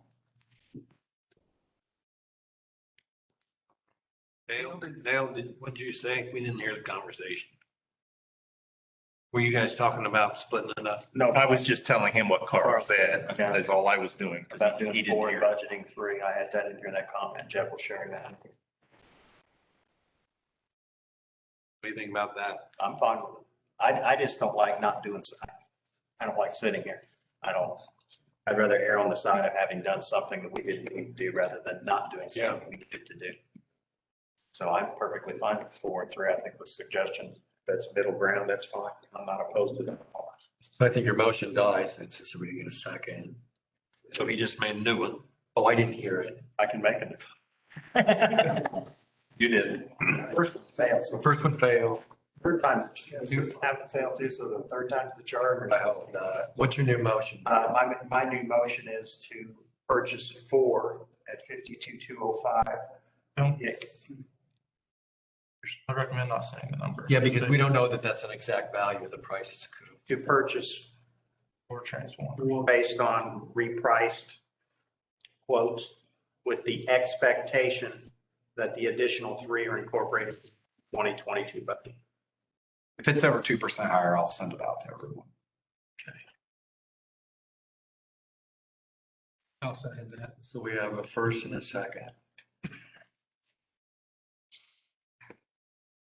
Any additional discussion or comments? All in favor, say aye. Opposed, same. Okay. Okay, we're gonna go to policy and bylaw review. Topic. The first one, policy Q7. Actually, there were some changes made to this policy, I think 2 or 3 or 4 months ago, that there was something that was inadvertently deleted. And so we redlined it back in about the members requesting to speak to the board as the 7 days. The original thing that or statement that we attempted to take off, that we did take off, was the fact that no longer do members have to call ahead 7 days in advance to attend the meeting. So we just need to get that back in there. And So you're gonna add back in there that the members do not have to call to come to the meeting? It's not. no, that's not going to be added back in. No. So a member, if he wants to, say on a Thursday afternoon, decide to come to our meeting, he can't come. He can. No, he still can. He just can't say. It's nothing in here. It's the week before.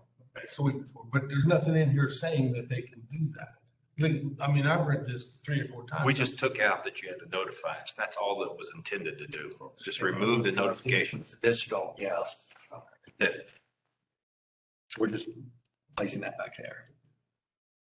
So I need a motion to so moved. approve the red line. Time out, please. Hold. I'm trying to figure out where in here that it says that the members can show up anytime during the meeting. It doesn't. It's just assumed. We have it in here that if you wanted to attend, you had to notify. We took that out. Okay. So it's not in there at all. Right, it was in there previous to the prior meeting. That was already in there. It was inadvertently. This is just a grammatical correction. That's the way the policy was before. Other than the having to notify about attendance. We took that out. Thanks, Jason. So Jason made a motion. Need a second. Approve the red line. I'll second. No seconds. All those in favor say aye. Opposed, same. All right, so that change is confirmed. Well, yeah, you can talk about policy number 13. 1113 just has a requirement that we report out that we're compliant and there are no recommended changes. So that's. Thank you. And then you're going to report out on policy 10-1. Yeah, so every year I come to the board and we go over sort of how we do merit increases for the year. We approve this in the budget, but if I'm way off here, it'd be nice to know prior to putting together the budget's kind of the point. So anyways, I'm going to go through the presentation and kind of just discuss what we do for merit increase and how it's built out. So this is our current, what our current staff looks like as far as an organizational chart. So our philosophy for merit cost of living increases per year is the overall goal is for our merit program to build loyalty, retain top talent, and boost morale. The idea is that we reward the most productive, which will incentivize others to perform better. So we do a pay for performance, right? So and I'll show you in a minute. We want performing employees to be paid market value for our energy sector for the duties they're expected to perform. And then two other things is if you are under the first quartile for what the market bears for the duties you do, we want to speed those folks up, right, to get them to the median, and then we want to slow people down that are above the third quartile. I'll show you in a graphical means what that looks like. So we do performance evaluations. We meet mid-year and at the end of the year, and your performance evaluation affects your merit. So it's based on, we have 4 company competencies from this last year and our goals. And then we establish each individual has goals in our system for their performance that are derived from the strategic plan. So it starts at the strategic plan, it works its way down to me, then it works its way down to the managers, down to all employees. Our system, we have outstanding, exceeds expectations, meets expectations, partially meets expectations, and does not meet expectations with the definitions there. We follow, just as a lot of companies do, the whole management. We sit down with our folks, we set goals, we check in on a routinely basis. It's required at mid-year and then at end of year, and then we do that process every year. So I'm going to show you kind of how we figure out what does the market bear for each position. So every single employee has a job description that ties to this data, right? So we get this, we pay for this from NRECA on a yearly basis. It tells us what the market bears. You can do it national, state, and size. So we don't have a heavy duty mechanic, so I thought it would be, that's why I put this up there. So you'll see there's basically 3 peer groups, right? So the first peer group is size. So we end up being on the smaller size, right? So this is less than 1,000 members. So we would pick up this median. Then you go down to the next peer group, which is in revenue. So we fit in the medium revenue, so we get this number. Then you look down at total utility plant. That's the 3rd peer group. And you would look at the median. You take all 3 of these medians, divide it by 3, and it gives you what the median pay range is for that specific group or that specific job title. Again, this is in graphical terms, what I just showed you, right? So this is the 3rd quartile based upon data from actual folks doing those jobs. This would be the 3rd quartile. This is the median. This is the 1st quartile. So obviously we want our folks in between here. And like I said before, if you are up in here, we're going to slow you way down and you may not even get a merit. Or if you're down here, we want to speed you up. Ideally, we want our people right around here. So one thing I do every year too is show kind of where are we at. So if I take every single position and I look at their 1st quartile and I add everybody up, I look at their 3rd quartile, I add everybody up. Same thing with median. This includes linemen, every position we have for all. There's the 3rd quartile, here's the 1st quartile, here's the median. So we're right about where you would, that's kind of like the sweet spot. So just to go over a little bit, I'm sure everybody's heard all this data, but I thought it was interesting. And it's always part of kind of the presentations. So US inflation as of September is 5.7. COLA, which is cost of living increase, which you use for Social Security, is at 5.9. US unemployment is 4.8, which I think for our area last I saw reported was 3.2 for Decatur County.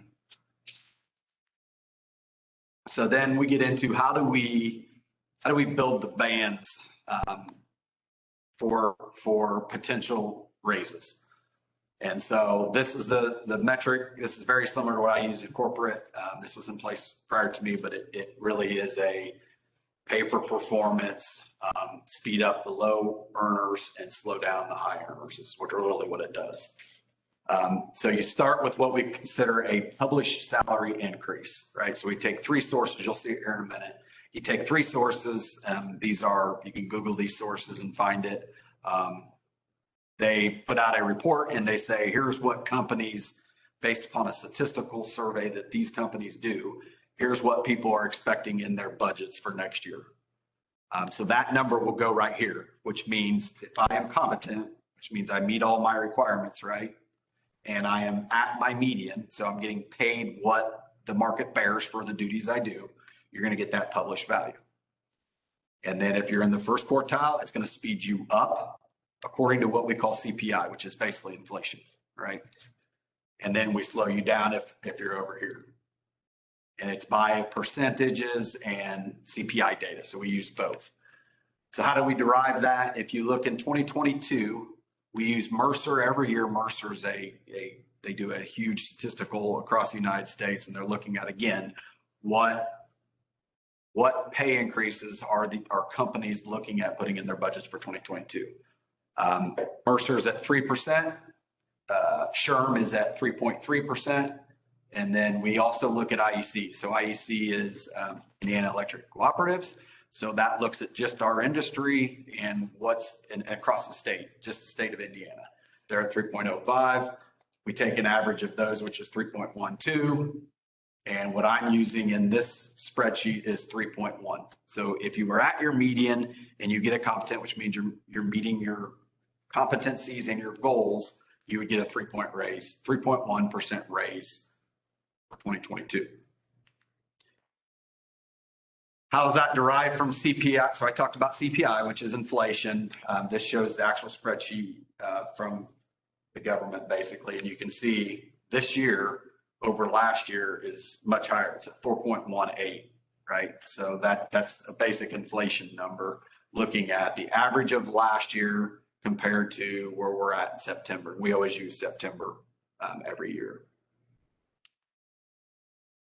So now what's the numbers look like when we put them in there? Like I said before, it's 3.1 in the middle. If your median, based upon what your performance is, you can see if you get unsatisfactory, it's 0. If you're above third quartile, your potential will be maybe a bonus, but they will not see a pay increase typically. And then first quartile, you see we speed them up. And I'll put this in graphical form here in just a second. Oh, here it is right here. So you can see by inflation being high, what it does is it increases the bands quite a bit, right? So if you look at someone who's at their median, again, I'm getting paid for what the market bears for what I do. And I get a meets expectations. That's that 3.1 I talked about. Here was last year's. And you can kind of see that. And I jokingly said earlier, this is the year that if you perform very, very well, you're going to be eligible for a bigger bonus than what it was last year based upon inflation. So this is last year percent raises. This is this year. And I don't show it in here, but typically every company works off of, basically a bell curve, right? So you're going to have very few outstandings and very few poor performers, majority being in the middle. You always see that sort of bell curve, and we follow that pretty well every year. Questions?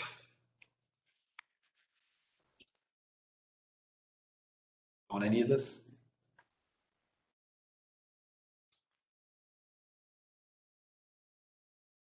And so what we typically do is that middle number is what we'll build the budget off of. So just like I said, you'll have some people that will be above that number, but you're gonna have some people that are below that number. So what we do for budgeting is we just use that 3.1 across the board. And then, like I said, you'll have people above it, below it, it'll average itself out typically. And that's what we'll use for the actual budget. Okay. And I did talk to all my peers, and folks handled COVID a little bit different last year when it came to pay raises. Some of them left it exactly the same. Some of them dropped a little bit. Those folks are seeing like 3.5% as their medians because they did drop a little bit. We stayed pretty consistent last year with how we normally do it. So why you don't see like a 3.5 or anything up there. Questions, comments? Did I explain it? Yeah.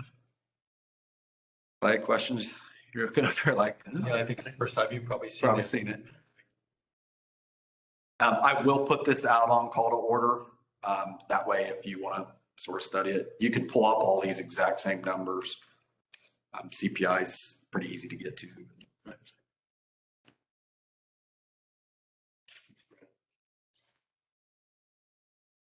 Right, so we'll continue. Oh, you're still looking. Do we get a chance as a board to see the performance data from, that you compiled on this? The performance data, so like just The performance of what you've concluded, who's done the median, who's exceeded? you'll see, I mean, I can show you kind of what we've done in the past, which is to show, how many. I'm talking as far as the employees. You won't see names, no. What you'll see is this, or what you can see is what I'm suggesting. So this will show you how many people got exceptional, how many people were unsatisfactory, and it'll also show this. By the way, this data isn't it's not new. Okay. It's just a representation, and then it shows you where we don't do 3% across the board. Now remember, these numbers don't add up to everybody because we do have a union. So all the union folks aren't. For anyone that's union, this whole presentation I gave you doesn't apply to because it's negotiated in a contract. Okay.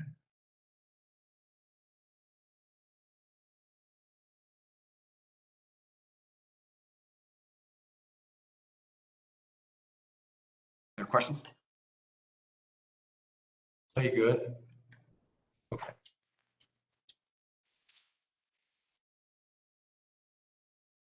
So as we continue on, Jeff had emailed me about a month and a half prior to the last board meeting, asking that these 4 policies would be reviewed. I know, Jeff, you had a concern about how we review policies, and I think you mentioned there's a total of 68. Is that correct? I counted it up the day that I sent that. So as I said, maybe prior to going over some of these, we may want to talk in generalities. Well, what I'd like to do is bring up the issues I have, and I'd like to lump 2 of them together, which is 1-6C and 3-2B.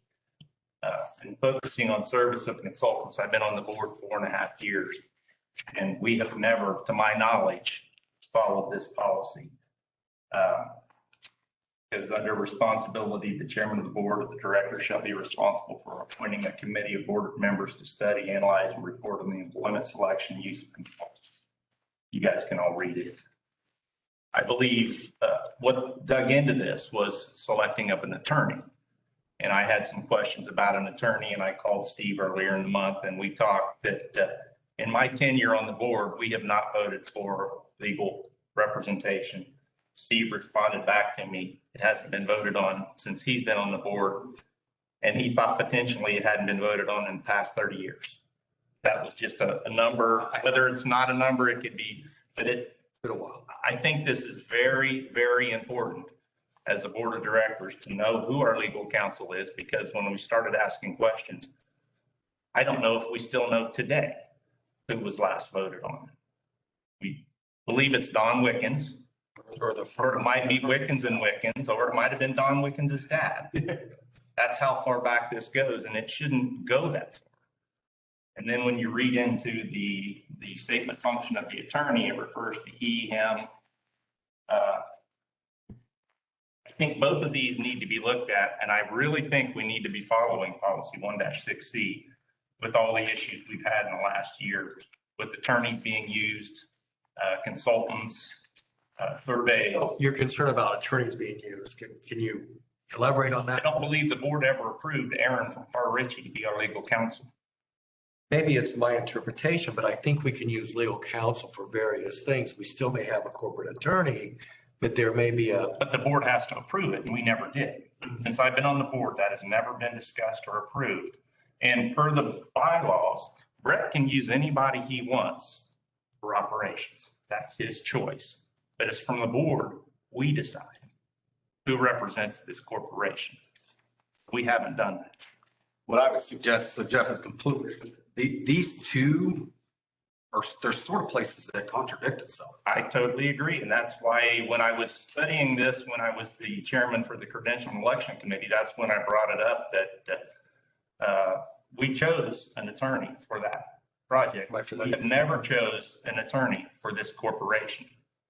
And I believe that is very, very, very important. One thing I would note as you guys do take a look at changing some of this, that the times of, I mean, these were just right. I mean, these were created in 92 and 99 is the last time they were changed. The No. land, They were reviewed in 15 and 14. 15 and 14. Okay. But So they have been changed prior to us being on the board. So what I'd really like us to do before we make changes to and this is just going to the attorney policy, is we do get a subcommittee going to justify and educate ourselves on what consultants we're going to use. There's consultants been used that this board didn't even know about. But, and I'm not saying I disagree with you from that perspective, but that's if the policy were to kind of stay as is. I mean, as a board, do we want to just modify, get kind of like the best practice of. Well, like I said, I've been on the board 4.5 years and I don't know for sure who our corporate attorney is. Wickens, that's what has always been the attorney. Well, I mean, that's, But who we voted on, Don or Don's voted? I mean, we haven't voted. Exactly. And this is, So let's just vote. I think we need to have some research Yeah, that you use going forward. the other thing I was going to state is what corporate attorney, who you use for attorney really depends on the task you're trying to do. But this board should decide that. Yeah, for your guys' stuff, you're completely right. And I would suggest that's how it is today. Do we have an attorney on retainer or not? No, We do not. No, everything is for, it's just dollars, yes. Now, we're required per policy to put in dollars budget for an attorney's fees. But what I suggest is it depends on the task. I think my point is the way this is wrote says you're going to have a corporate attorney. Okay, for what? If it's HR related, you're going to go use somebody probably different. If it is, they're so specialized in If you look through the IEC magazine, or not the magazine, the directory, it shows each REMC has a corporate attorney.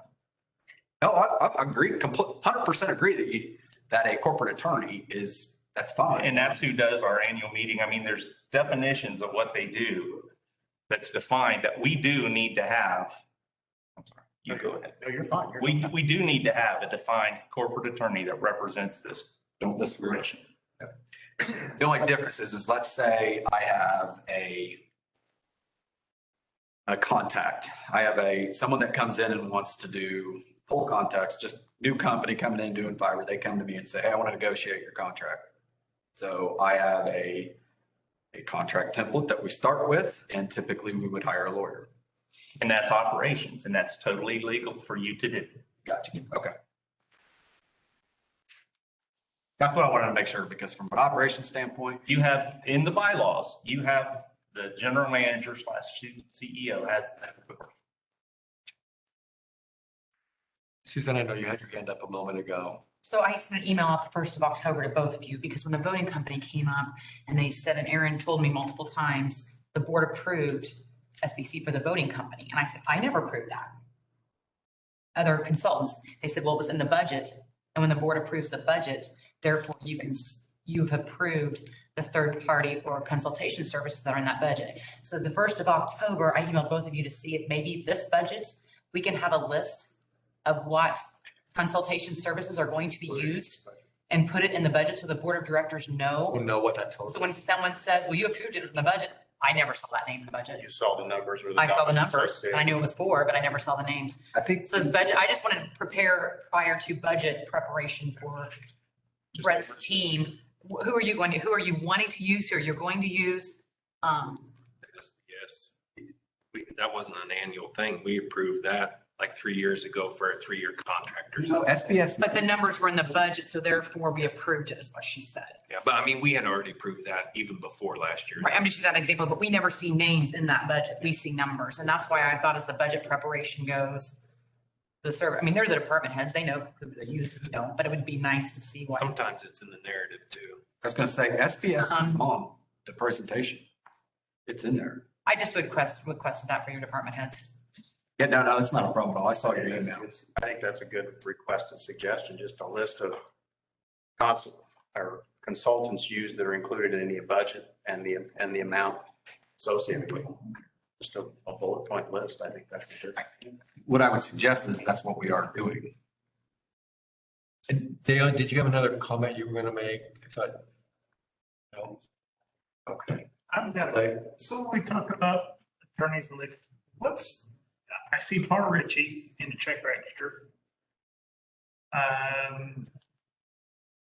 Where's the other one? Brigger, that's our HR attorney. Well, that's the point I was going to make, Steve. I mean, I agree. I think we need to have corporate attorney.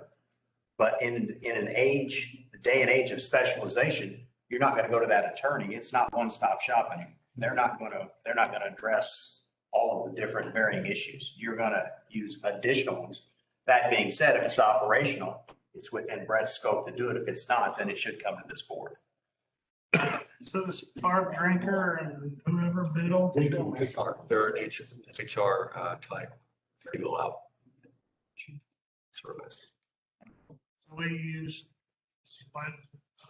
There's three main ones that operations uses, right? Us. So we use Frigger Digger there, our HR one. Erin is specialized co-op stuff, right? So she has a network she only works on co-ops and she has a network within the state of Indiana and national for co-op. So we would use her for something like pole contact attachments, right? You can't go here locally. They've never dealt with any of that. But then we would use him for anything that's like, maybe an easement. Easement's a great example of something we would definitely go to Wickets for. It's easy, right? It's something that's in their wheelhouse. But there are so specialized services anymore that, yeah, I mean, even Robert will tell you that, you can use this. But that's from my side of it. From your guys' side of it, just like the broadband, I suggest you guys do this today. You guys summons us to go get a broadband quote. So we go get 3. You guys voted on it and you selected it. Same thing with the auditor, same thing with cost of service. So typically the way I read all these policies is if the board is asking for something to be done, typically you guys get bids and you select that. I think I do agree that this needs to be reviewed because it is sort of way more complicated than it needs to be, but I think you're following it today. But Jeff, I think what I heard you say is that we need to make certain we have an attorney. Well, that's a very high priority, but then that we're following the policy, And I agree with that, but changing the policy. And yeah, I think that's kind of where we have to look at more closely about modifying the policy as it exists. So the first step would be to get Suzanne the information of all the consultants that's currently being used. Yeah, we're actually putting all this. Get all of us the information, just put I'm sorry, yes. Yeah, get all the board members in the budget.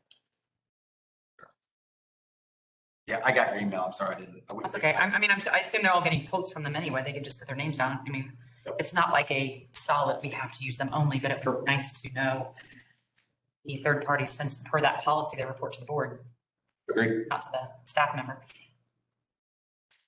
Right. So then we go to policy -1, we're ready to go to that one. So we got 2 of the 4 taken care of. As far, yes. Okay, On this one, it actually refers to Rule 25 for the line extension is where I'm going with it. And once again, we're not doing what we say we're doing.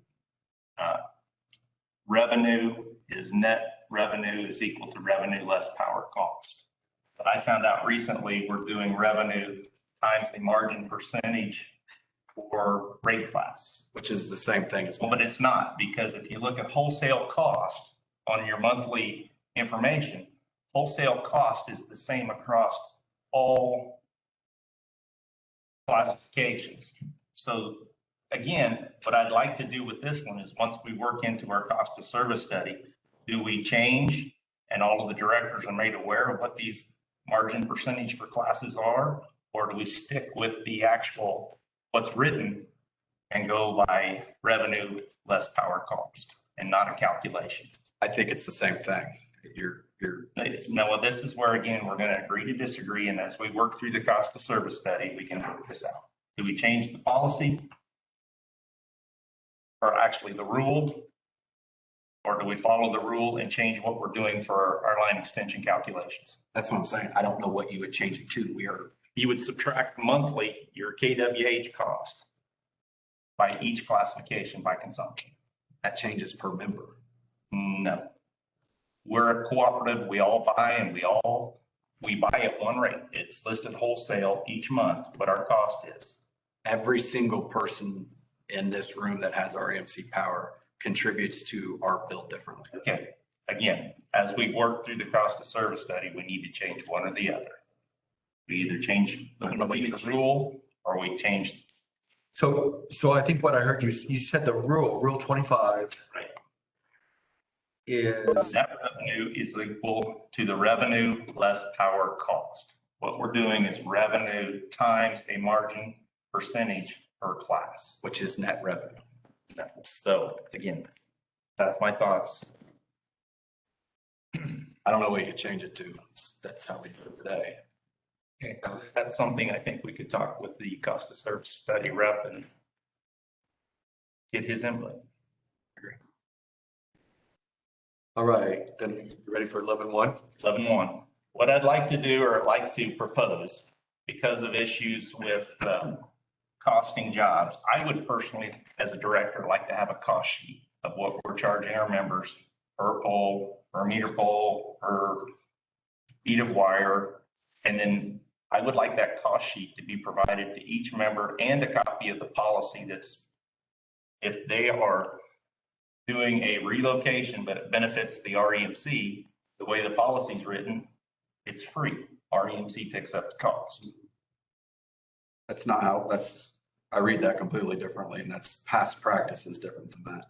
And I'll tell you why the theory. But again, that's the policy. When a property owner requests the relocation of lines on his property, and both parties, i.e. the REMC and the property owner, will benefit by the relocation of the lines, the cost involved will be borne by the REMC. That's the old one, number one. You got to look at the new policy. Okay, so I printed out the wrong one? Yep. Okay. Number two, even then, the theory behind, if you're putting a house on top of our line, why would anyone else pay for us to move that line? Because you decided to put your house there.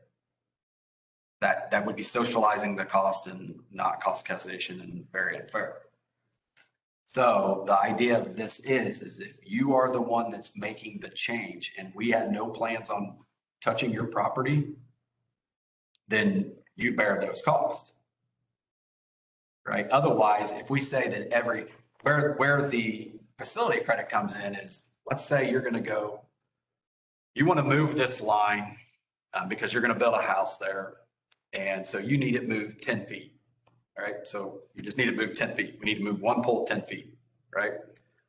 But let's say since we're out there, Brett or Pat want to move this line from here to here to here to make it more, while we're out there and we're working, we've already got a crew out there.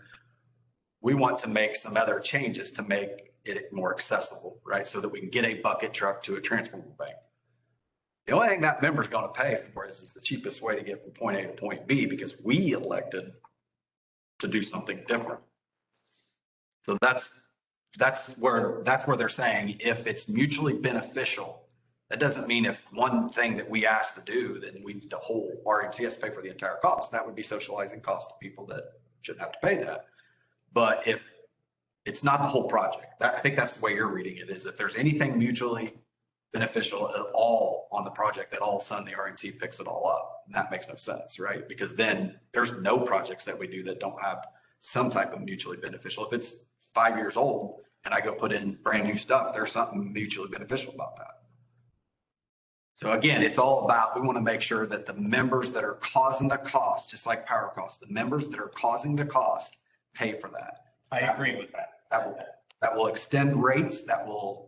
That's the whole premises of how you stay out of the courts and how you're fair to every single member, is that cost causation means you create a cost for the REMC, you have to pay that. And if we socialize it, it's like, I think what you said, then that's completely against that. It's that same deal with so I believe we are following both of these in my interpretation, and have been for a long time. I'm good. We go with 11-1 then, correct? Yes. Anybody else have anything in those policies? All right, so, Back on that, what did you guys, do I need to do anything with 3.2 and 1.6? we need to follow Suzanne's basically email just to make sure. I just think it's, just add that to the budget. Oh, okay, so I don't need to be doing anything other than doing, because, Just that request I made by email. okay, so these don't need to change. Well, Yeah. we're not gonna do that. We're not gonna make changes now, right? Okay, that's what I want. But we are gonna have to I would like to get the list of consultants and we start following. we make modifications. So we don't have anything for you to change at this point. So are you you got me confused. The consultants that you're talking about, you already know about. So we have the auditor. Are you talking about management consultants? Are you talking about board type consultants like the auditor? Because we all agreed earlier that the bylaws allow me to pick consultants. So which ones are you talking about? I was just requesting all the list. They're budgeting for third-party consultants to be used for 2022, Yep. that their names are listed in their budget when they do their presentation. Yeah, we can do that. I don't know how that maps into this, is what I'm saying. The policy he was referring to, it wraps into it because it says those consultants board. The ones you're asking for, I believe, are the ones that I see. agreed, and the bylaws say I can go pick consultants. But not for the election. I didn't. Right? That was in the budget. I was just requesting for a list of third parties that were going to be used for 2022. For board functions. I was asking for departments with them. Just a request. No, it's not a problem at all. I'm just trying to distinguish the difference, because I think when we say these need updated, you're confusing management consultants. I mean, I can list right now the board consultants, right? So it's the auditor. We know who that is. It's the cost of service study you guys just approved. Broadband, you just approved. SBS is going to be in the new one. Else, that's it. Well, lawyer, legal. And then possibly whoever no, that's all of them. But I could get a list of all of ours as part of the budget, but I think I just named all the ones that are board connected, which I think we follow the policy. I wouldn't disagree. I think you're following the policy today. I'm not arguing the policy. I was just requesting that in the budget. Yep, we can do that for sure.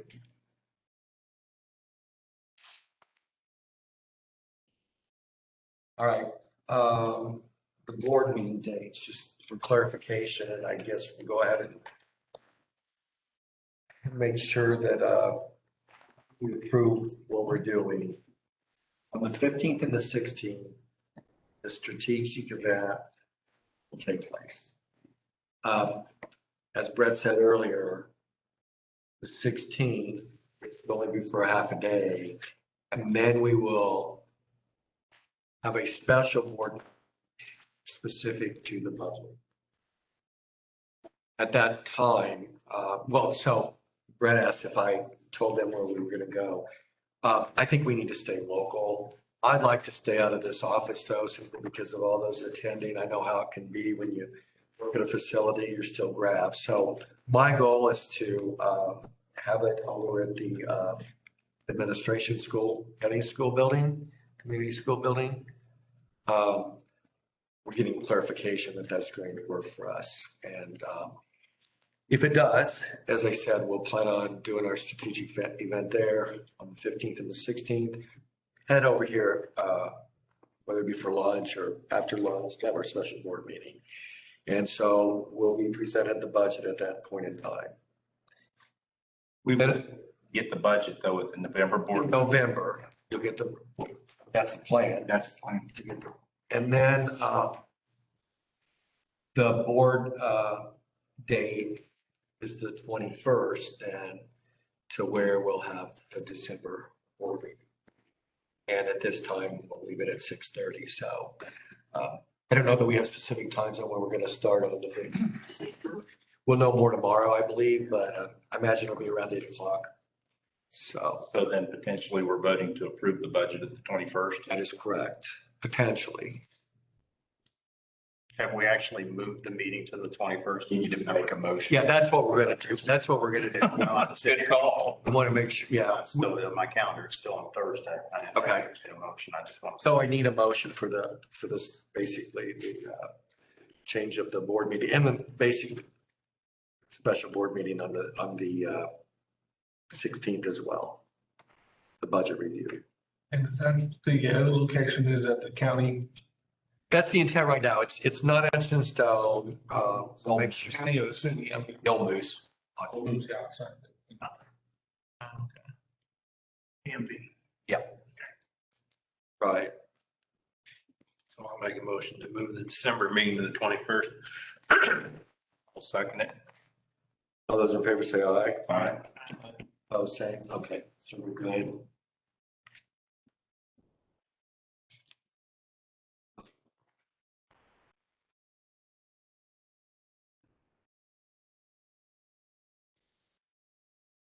All right, so we're ready for item number 14, the capital credit retirement resolution.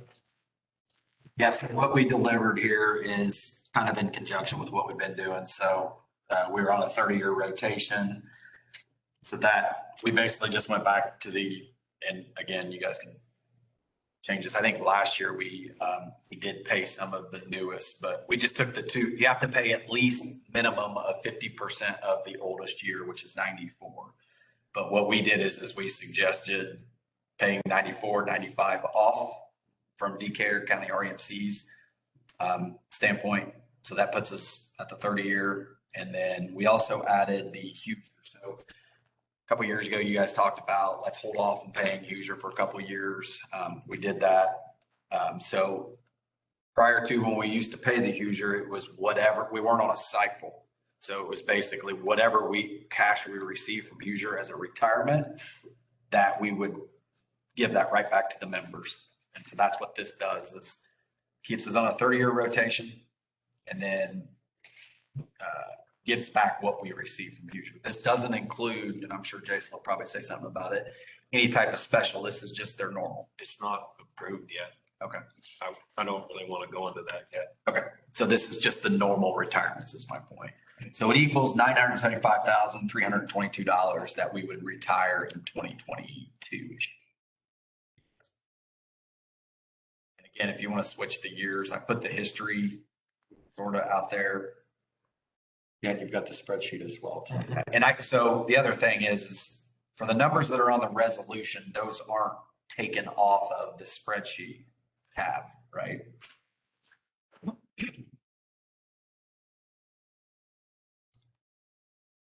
So that was what we recommended. I have no problems with the amounts we're paying back. I would like to see, instead of paying off the two oldest years, that we pay off the oldest year and then we hit one of these big years that to start bringing that average down, because 15 was a big year. I mean, 06 is a big year. 04 is a big year. Which one, Brian? 2020. 2020. Well, there's a lot of folks right now doing. Right. First in, first out, last in, last out. So maybe you do some in 2022. Maybe you do. I would rather personally start bringing the bigger numbers down in the average of what our. so we can have decisions on and not get stuck with having to pay out 750,000. I agree. So I would prefer, again, if that's where you want to go, Brian, I'm fine. I would rather do that than the 2 oldest years. You want to do like 1994, that 139 to pay off 94, and then where I've got 1995, just do that 2020.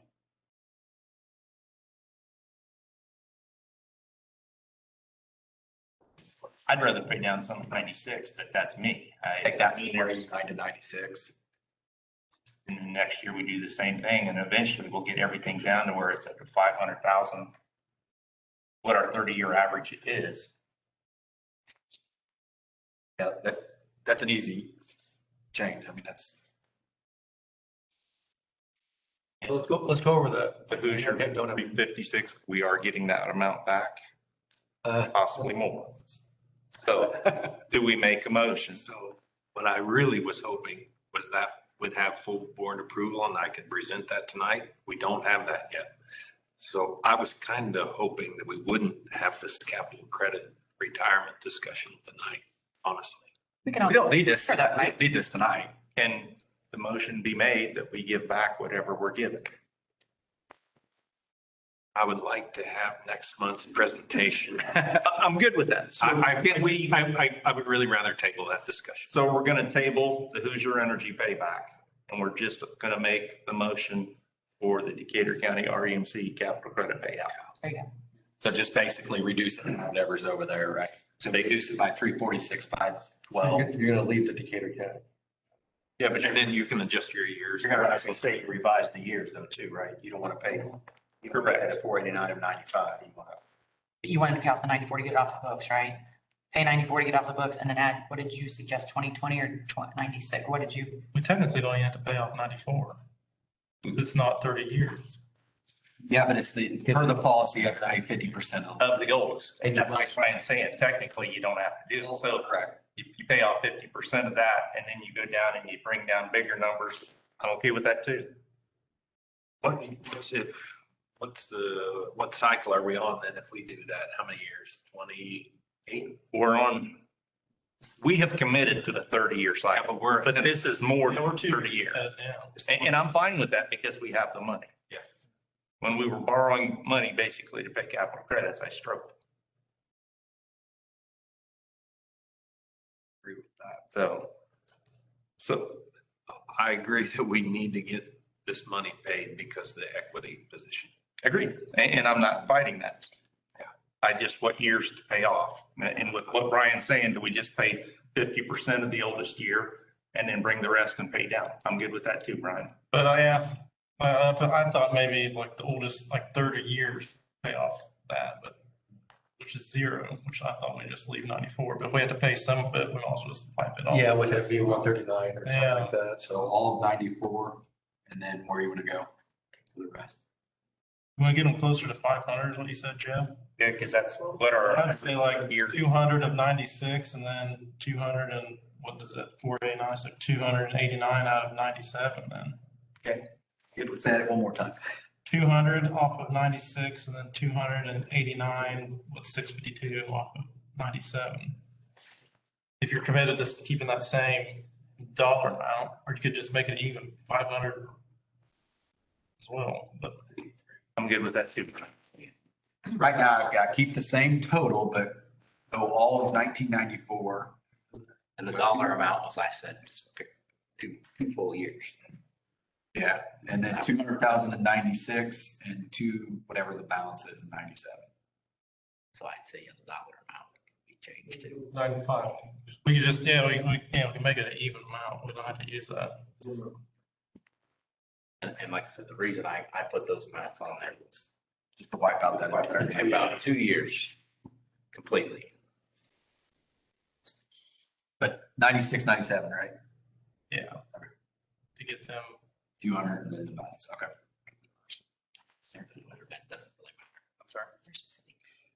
All right, I think through the discussions, everyone's comfortable with that. Like, is there That's that. during the year? That I don't. What's the question? I know you said 50% of the oldest years, there's a specific date that it has to be paid out by our REMC per year to the members. Because I know we've done special ones and individual ones. I just didn't, just specific, like this had to be approved by December. I didn't know. No, it's just part of the only reason we do it this month, Suzanne, is just because of the budget. It's nice to have the numbers to put in. But we don't need those. We don't have to prove this tonight. It's completely. Would there be any reason to? Yeah, if you don't, we won't have it for the budget, but Well, how's that gonna affect the Hoosier part? we're gonna put estimates in there based on what you're gonna tell us. Once it's approved. I'm not gonna tell you tonight, so. Brian, what have you got? Pay off 94. Make it an even number for them. To retire all of 94, 200,000 of 96, and then do 290,000 of 2000 or 1997. Decatur County REMC capital raise. Yeah. I will support and make that motion. So Jeff, you just made the motion then of the numbers, 139 or the remainder of 94 94 and 200 each from, of 96 and 290,000 of okay, 1997. okay. I'll second that. And then I'll remove the Hoosier. Do that in a separate. We'll do that in a separate resolution when we get the total number. Okay. So we have a first I'll and second. a second. All those in favor say aye. Aye. Opposed, same. Good with that? Here to tease us on the amount, Jason. No, I got an idea.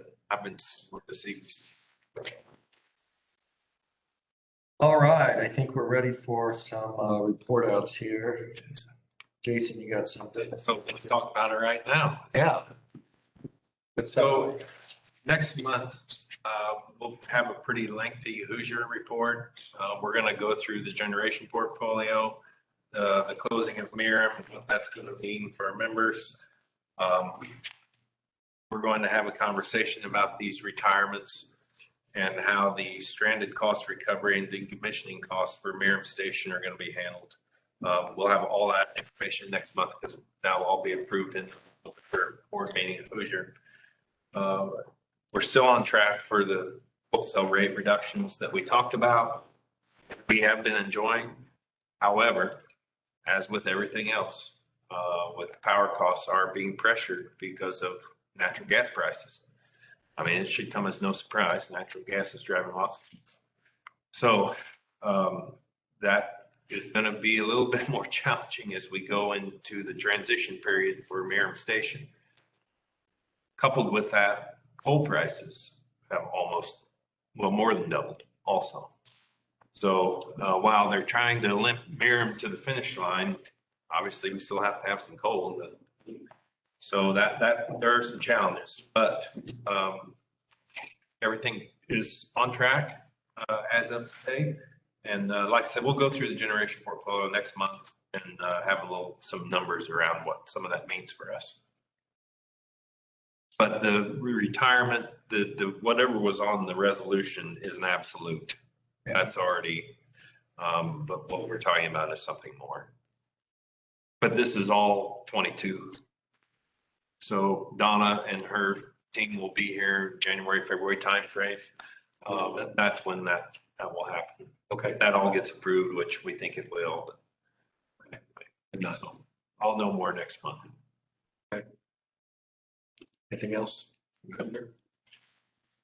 All right, I was a little bit busy with IEC this last month. I attended a budget committee meeting on October the 7th, which eventually was approved at the regularly scheduled board meeting that was held at Hendricks County on the 20th.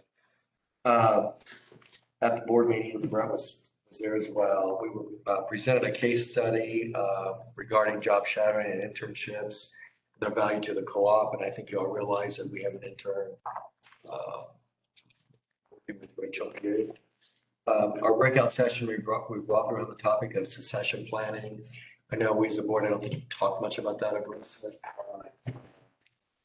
On the statistics that were given, from NRECA, Indiana workforce retirement data, 20%, of the workforce is eligible for retirement the next 5 years and 32% in the next 10 years. I know that sounds like a long way away, but the way the job markets are going right now, I mean, we really need to be cognizant of some things. We listened to a guest speaker in conjunction with that. The title of it was The Great Resignation, meaning there's a lot of people that are kind of running away from their jobs. And so, I think the consensus is you got to try to retain people to the best of your ability, and it's important to do that.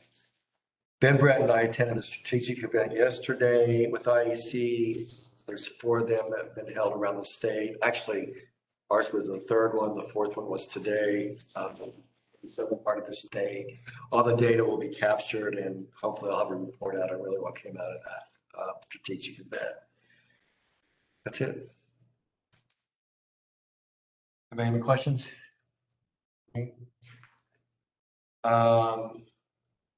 I don't believe anybody did their director or data director training or conferences that they attended, correct?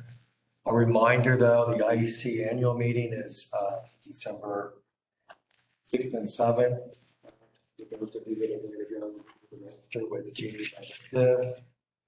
In addition, I believe Matt has created this document that we all need to fill in, or if you've already done it electronically, I don't know if I have Jeff's. you do have Jeff. So if you want to do that and still send it to him, how much time are you going to give it to? 5 o'clock tomorrow. So let's leave this with Bryant and I, if you have the opportunity to do so. Don't forget about your requirements with courses and what have you. Any other things that you guys have? So I do have one thing that I need to bring up. I know it's not on the agenda, but I believe you all received an email that I received this week. And Carl, I'd like you to be more specific if you can at this point. Well, first of all, when I gave you that email the last time, the lawyer saying that I was requesting the Right. information, but I did not even receive it before I even came into the meeting or any of that. You handed it to me as I was walking out the door. Also, the modern nutrition was stamped confidential. If it's stamped confidential, then why was it so casually left on the table in the break room? So, but let me get this right. What have you not been given, I guess is what I'm saying. That's, I don't believe I've been given the full start of the list of the advisory committee from day one starting through. I thought all that information was pushed out. I know you give me that others. I mean, that is through there, but also an advisory committee. Why is it stating in there that there's board members on there, not all the board members on the advisory committee? Who determines advisory committee? That's what I'd like to. So, and maybe Brad can allude to something in a moment, but we've been through, I thought, a lot of that. And I thought all that was stated in the email that you should have received. Did you receive an email regarding the advisory committee? Yes, I received that. Yeah. But did you just randomly take out people and put people in, or? So that was, I did not, first of all, I didn't receive the very first advisory committee that I asked, the very first information that I asked for when it first started. Never received any of that. I thought that information was in the packet, maybe. Didn't receive it. Pardon me? I didn't receive it.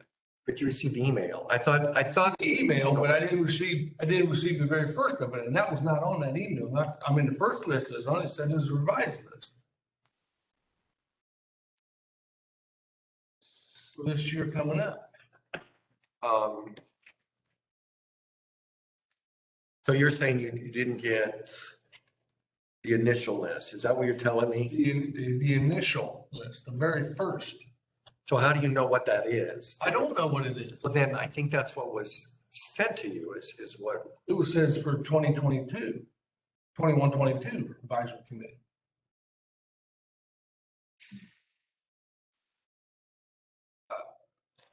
the rest of the board can help. I mean, you all got this email, I believe, but I don't know. Was there something else that you did not get? Not at this time. So what I just heard you say is your expectation is that there's something you're missing from the advisory committee, the initial list. Yes. But at this point, you have everything else. You have everything else. I assume I do. I mean, I can't really say that it is or not. Okay. Well, there were no specifics in the email that was forwarded or that was sent to me.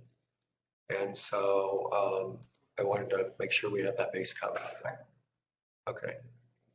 Did we not discuss who attended the advisory committee meeting? Wasn't it like 2 people and then they didn't come to the next one or whatever? Yeah, that was in what was sent The to me. first list. Correct? Is the impression I It's the first list, and that's what I was. You guys have an email with any list we've ever. The list of invitees, Yes. but none of them showed up. So why do we need the list? Then You have the list. to make sure that list there is the same, in the same list as the second one, because if they didn't show up, the next one ain't gonna show up. Isn't the advisory committee somewhat defunct? It is, but you guys have every list we've ever sent. Anybody with an email address involved with the REMC would have been invited. Every single one of them, because we couldn't get anybody to I come. didn't get it. I didn't get it. Then you must not be registered or what's your job? Register to vote? No, registered as an email. That didn't show on that list. What do you mean? Our REMC email address Your REMC, or my name. Wouldn't You know, why wouldn't it? because your account isn't under your REMC email.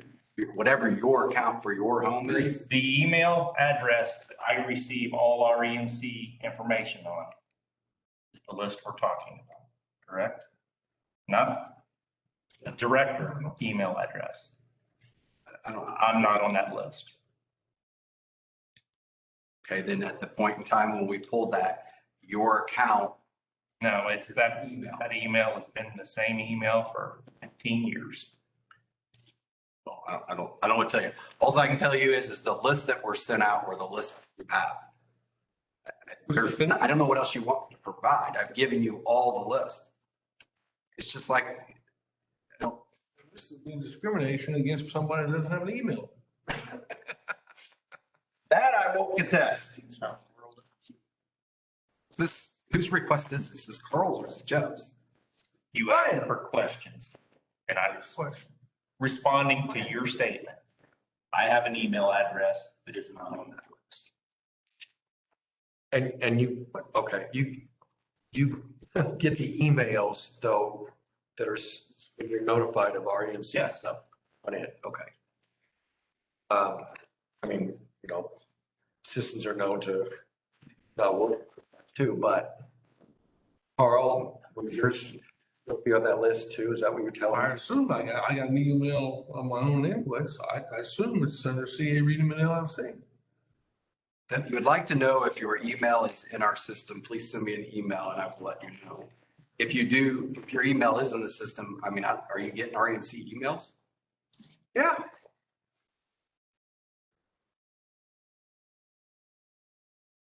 You've got the list that we sent out. I don't know what else to tell you. All right, is there anything else before I ask?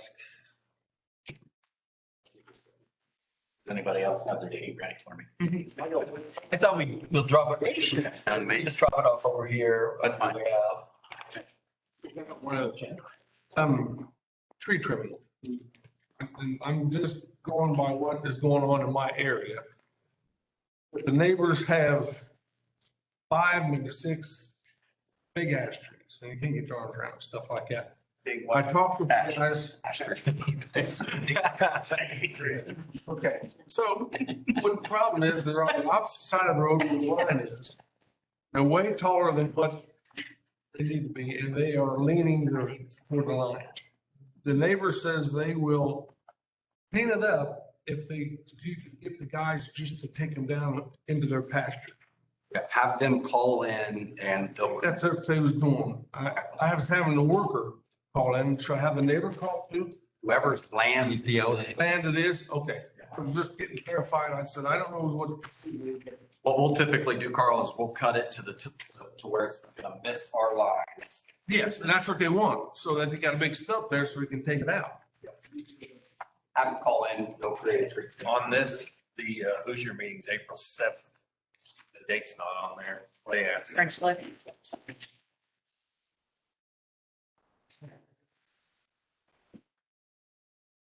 I don't think I had the date yet. Probably not. Clay asking, Okay, what date was it? I'll write it on here. 7th.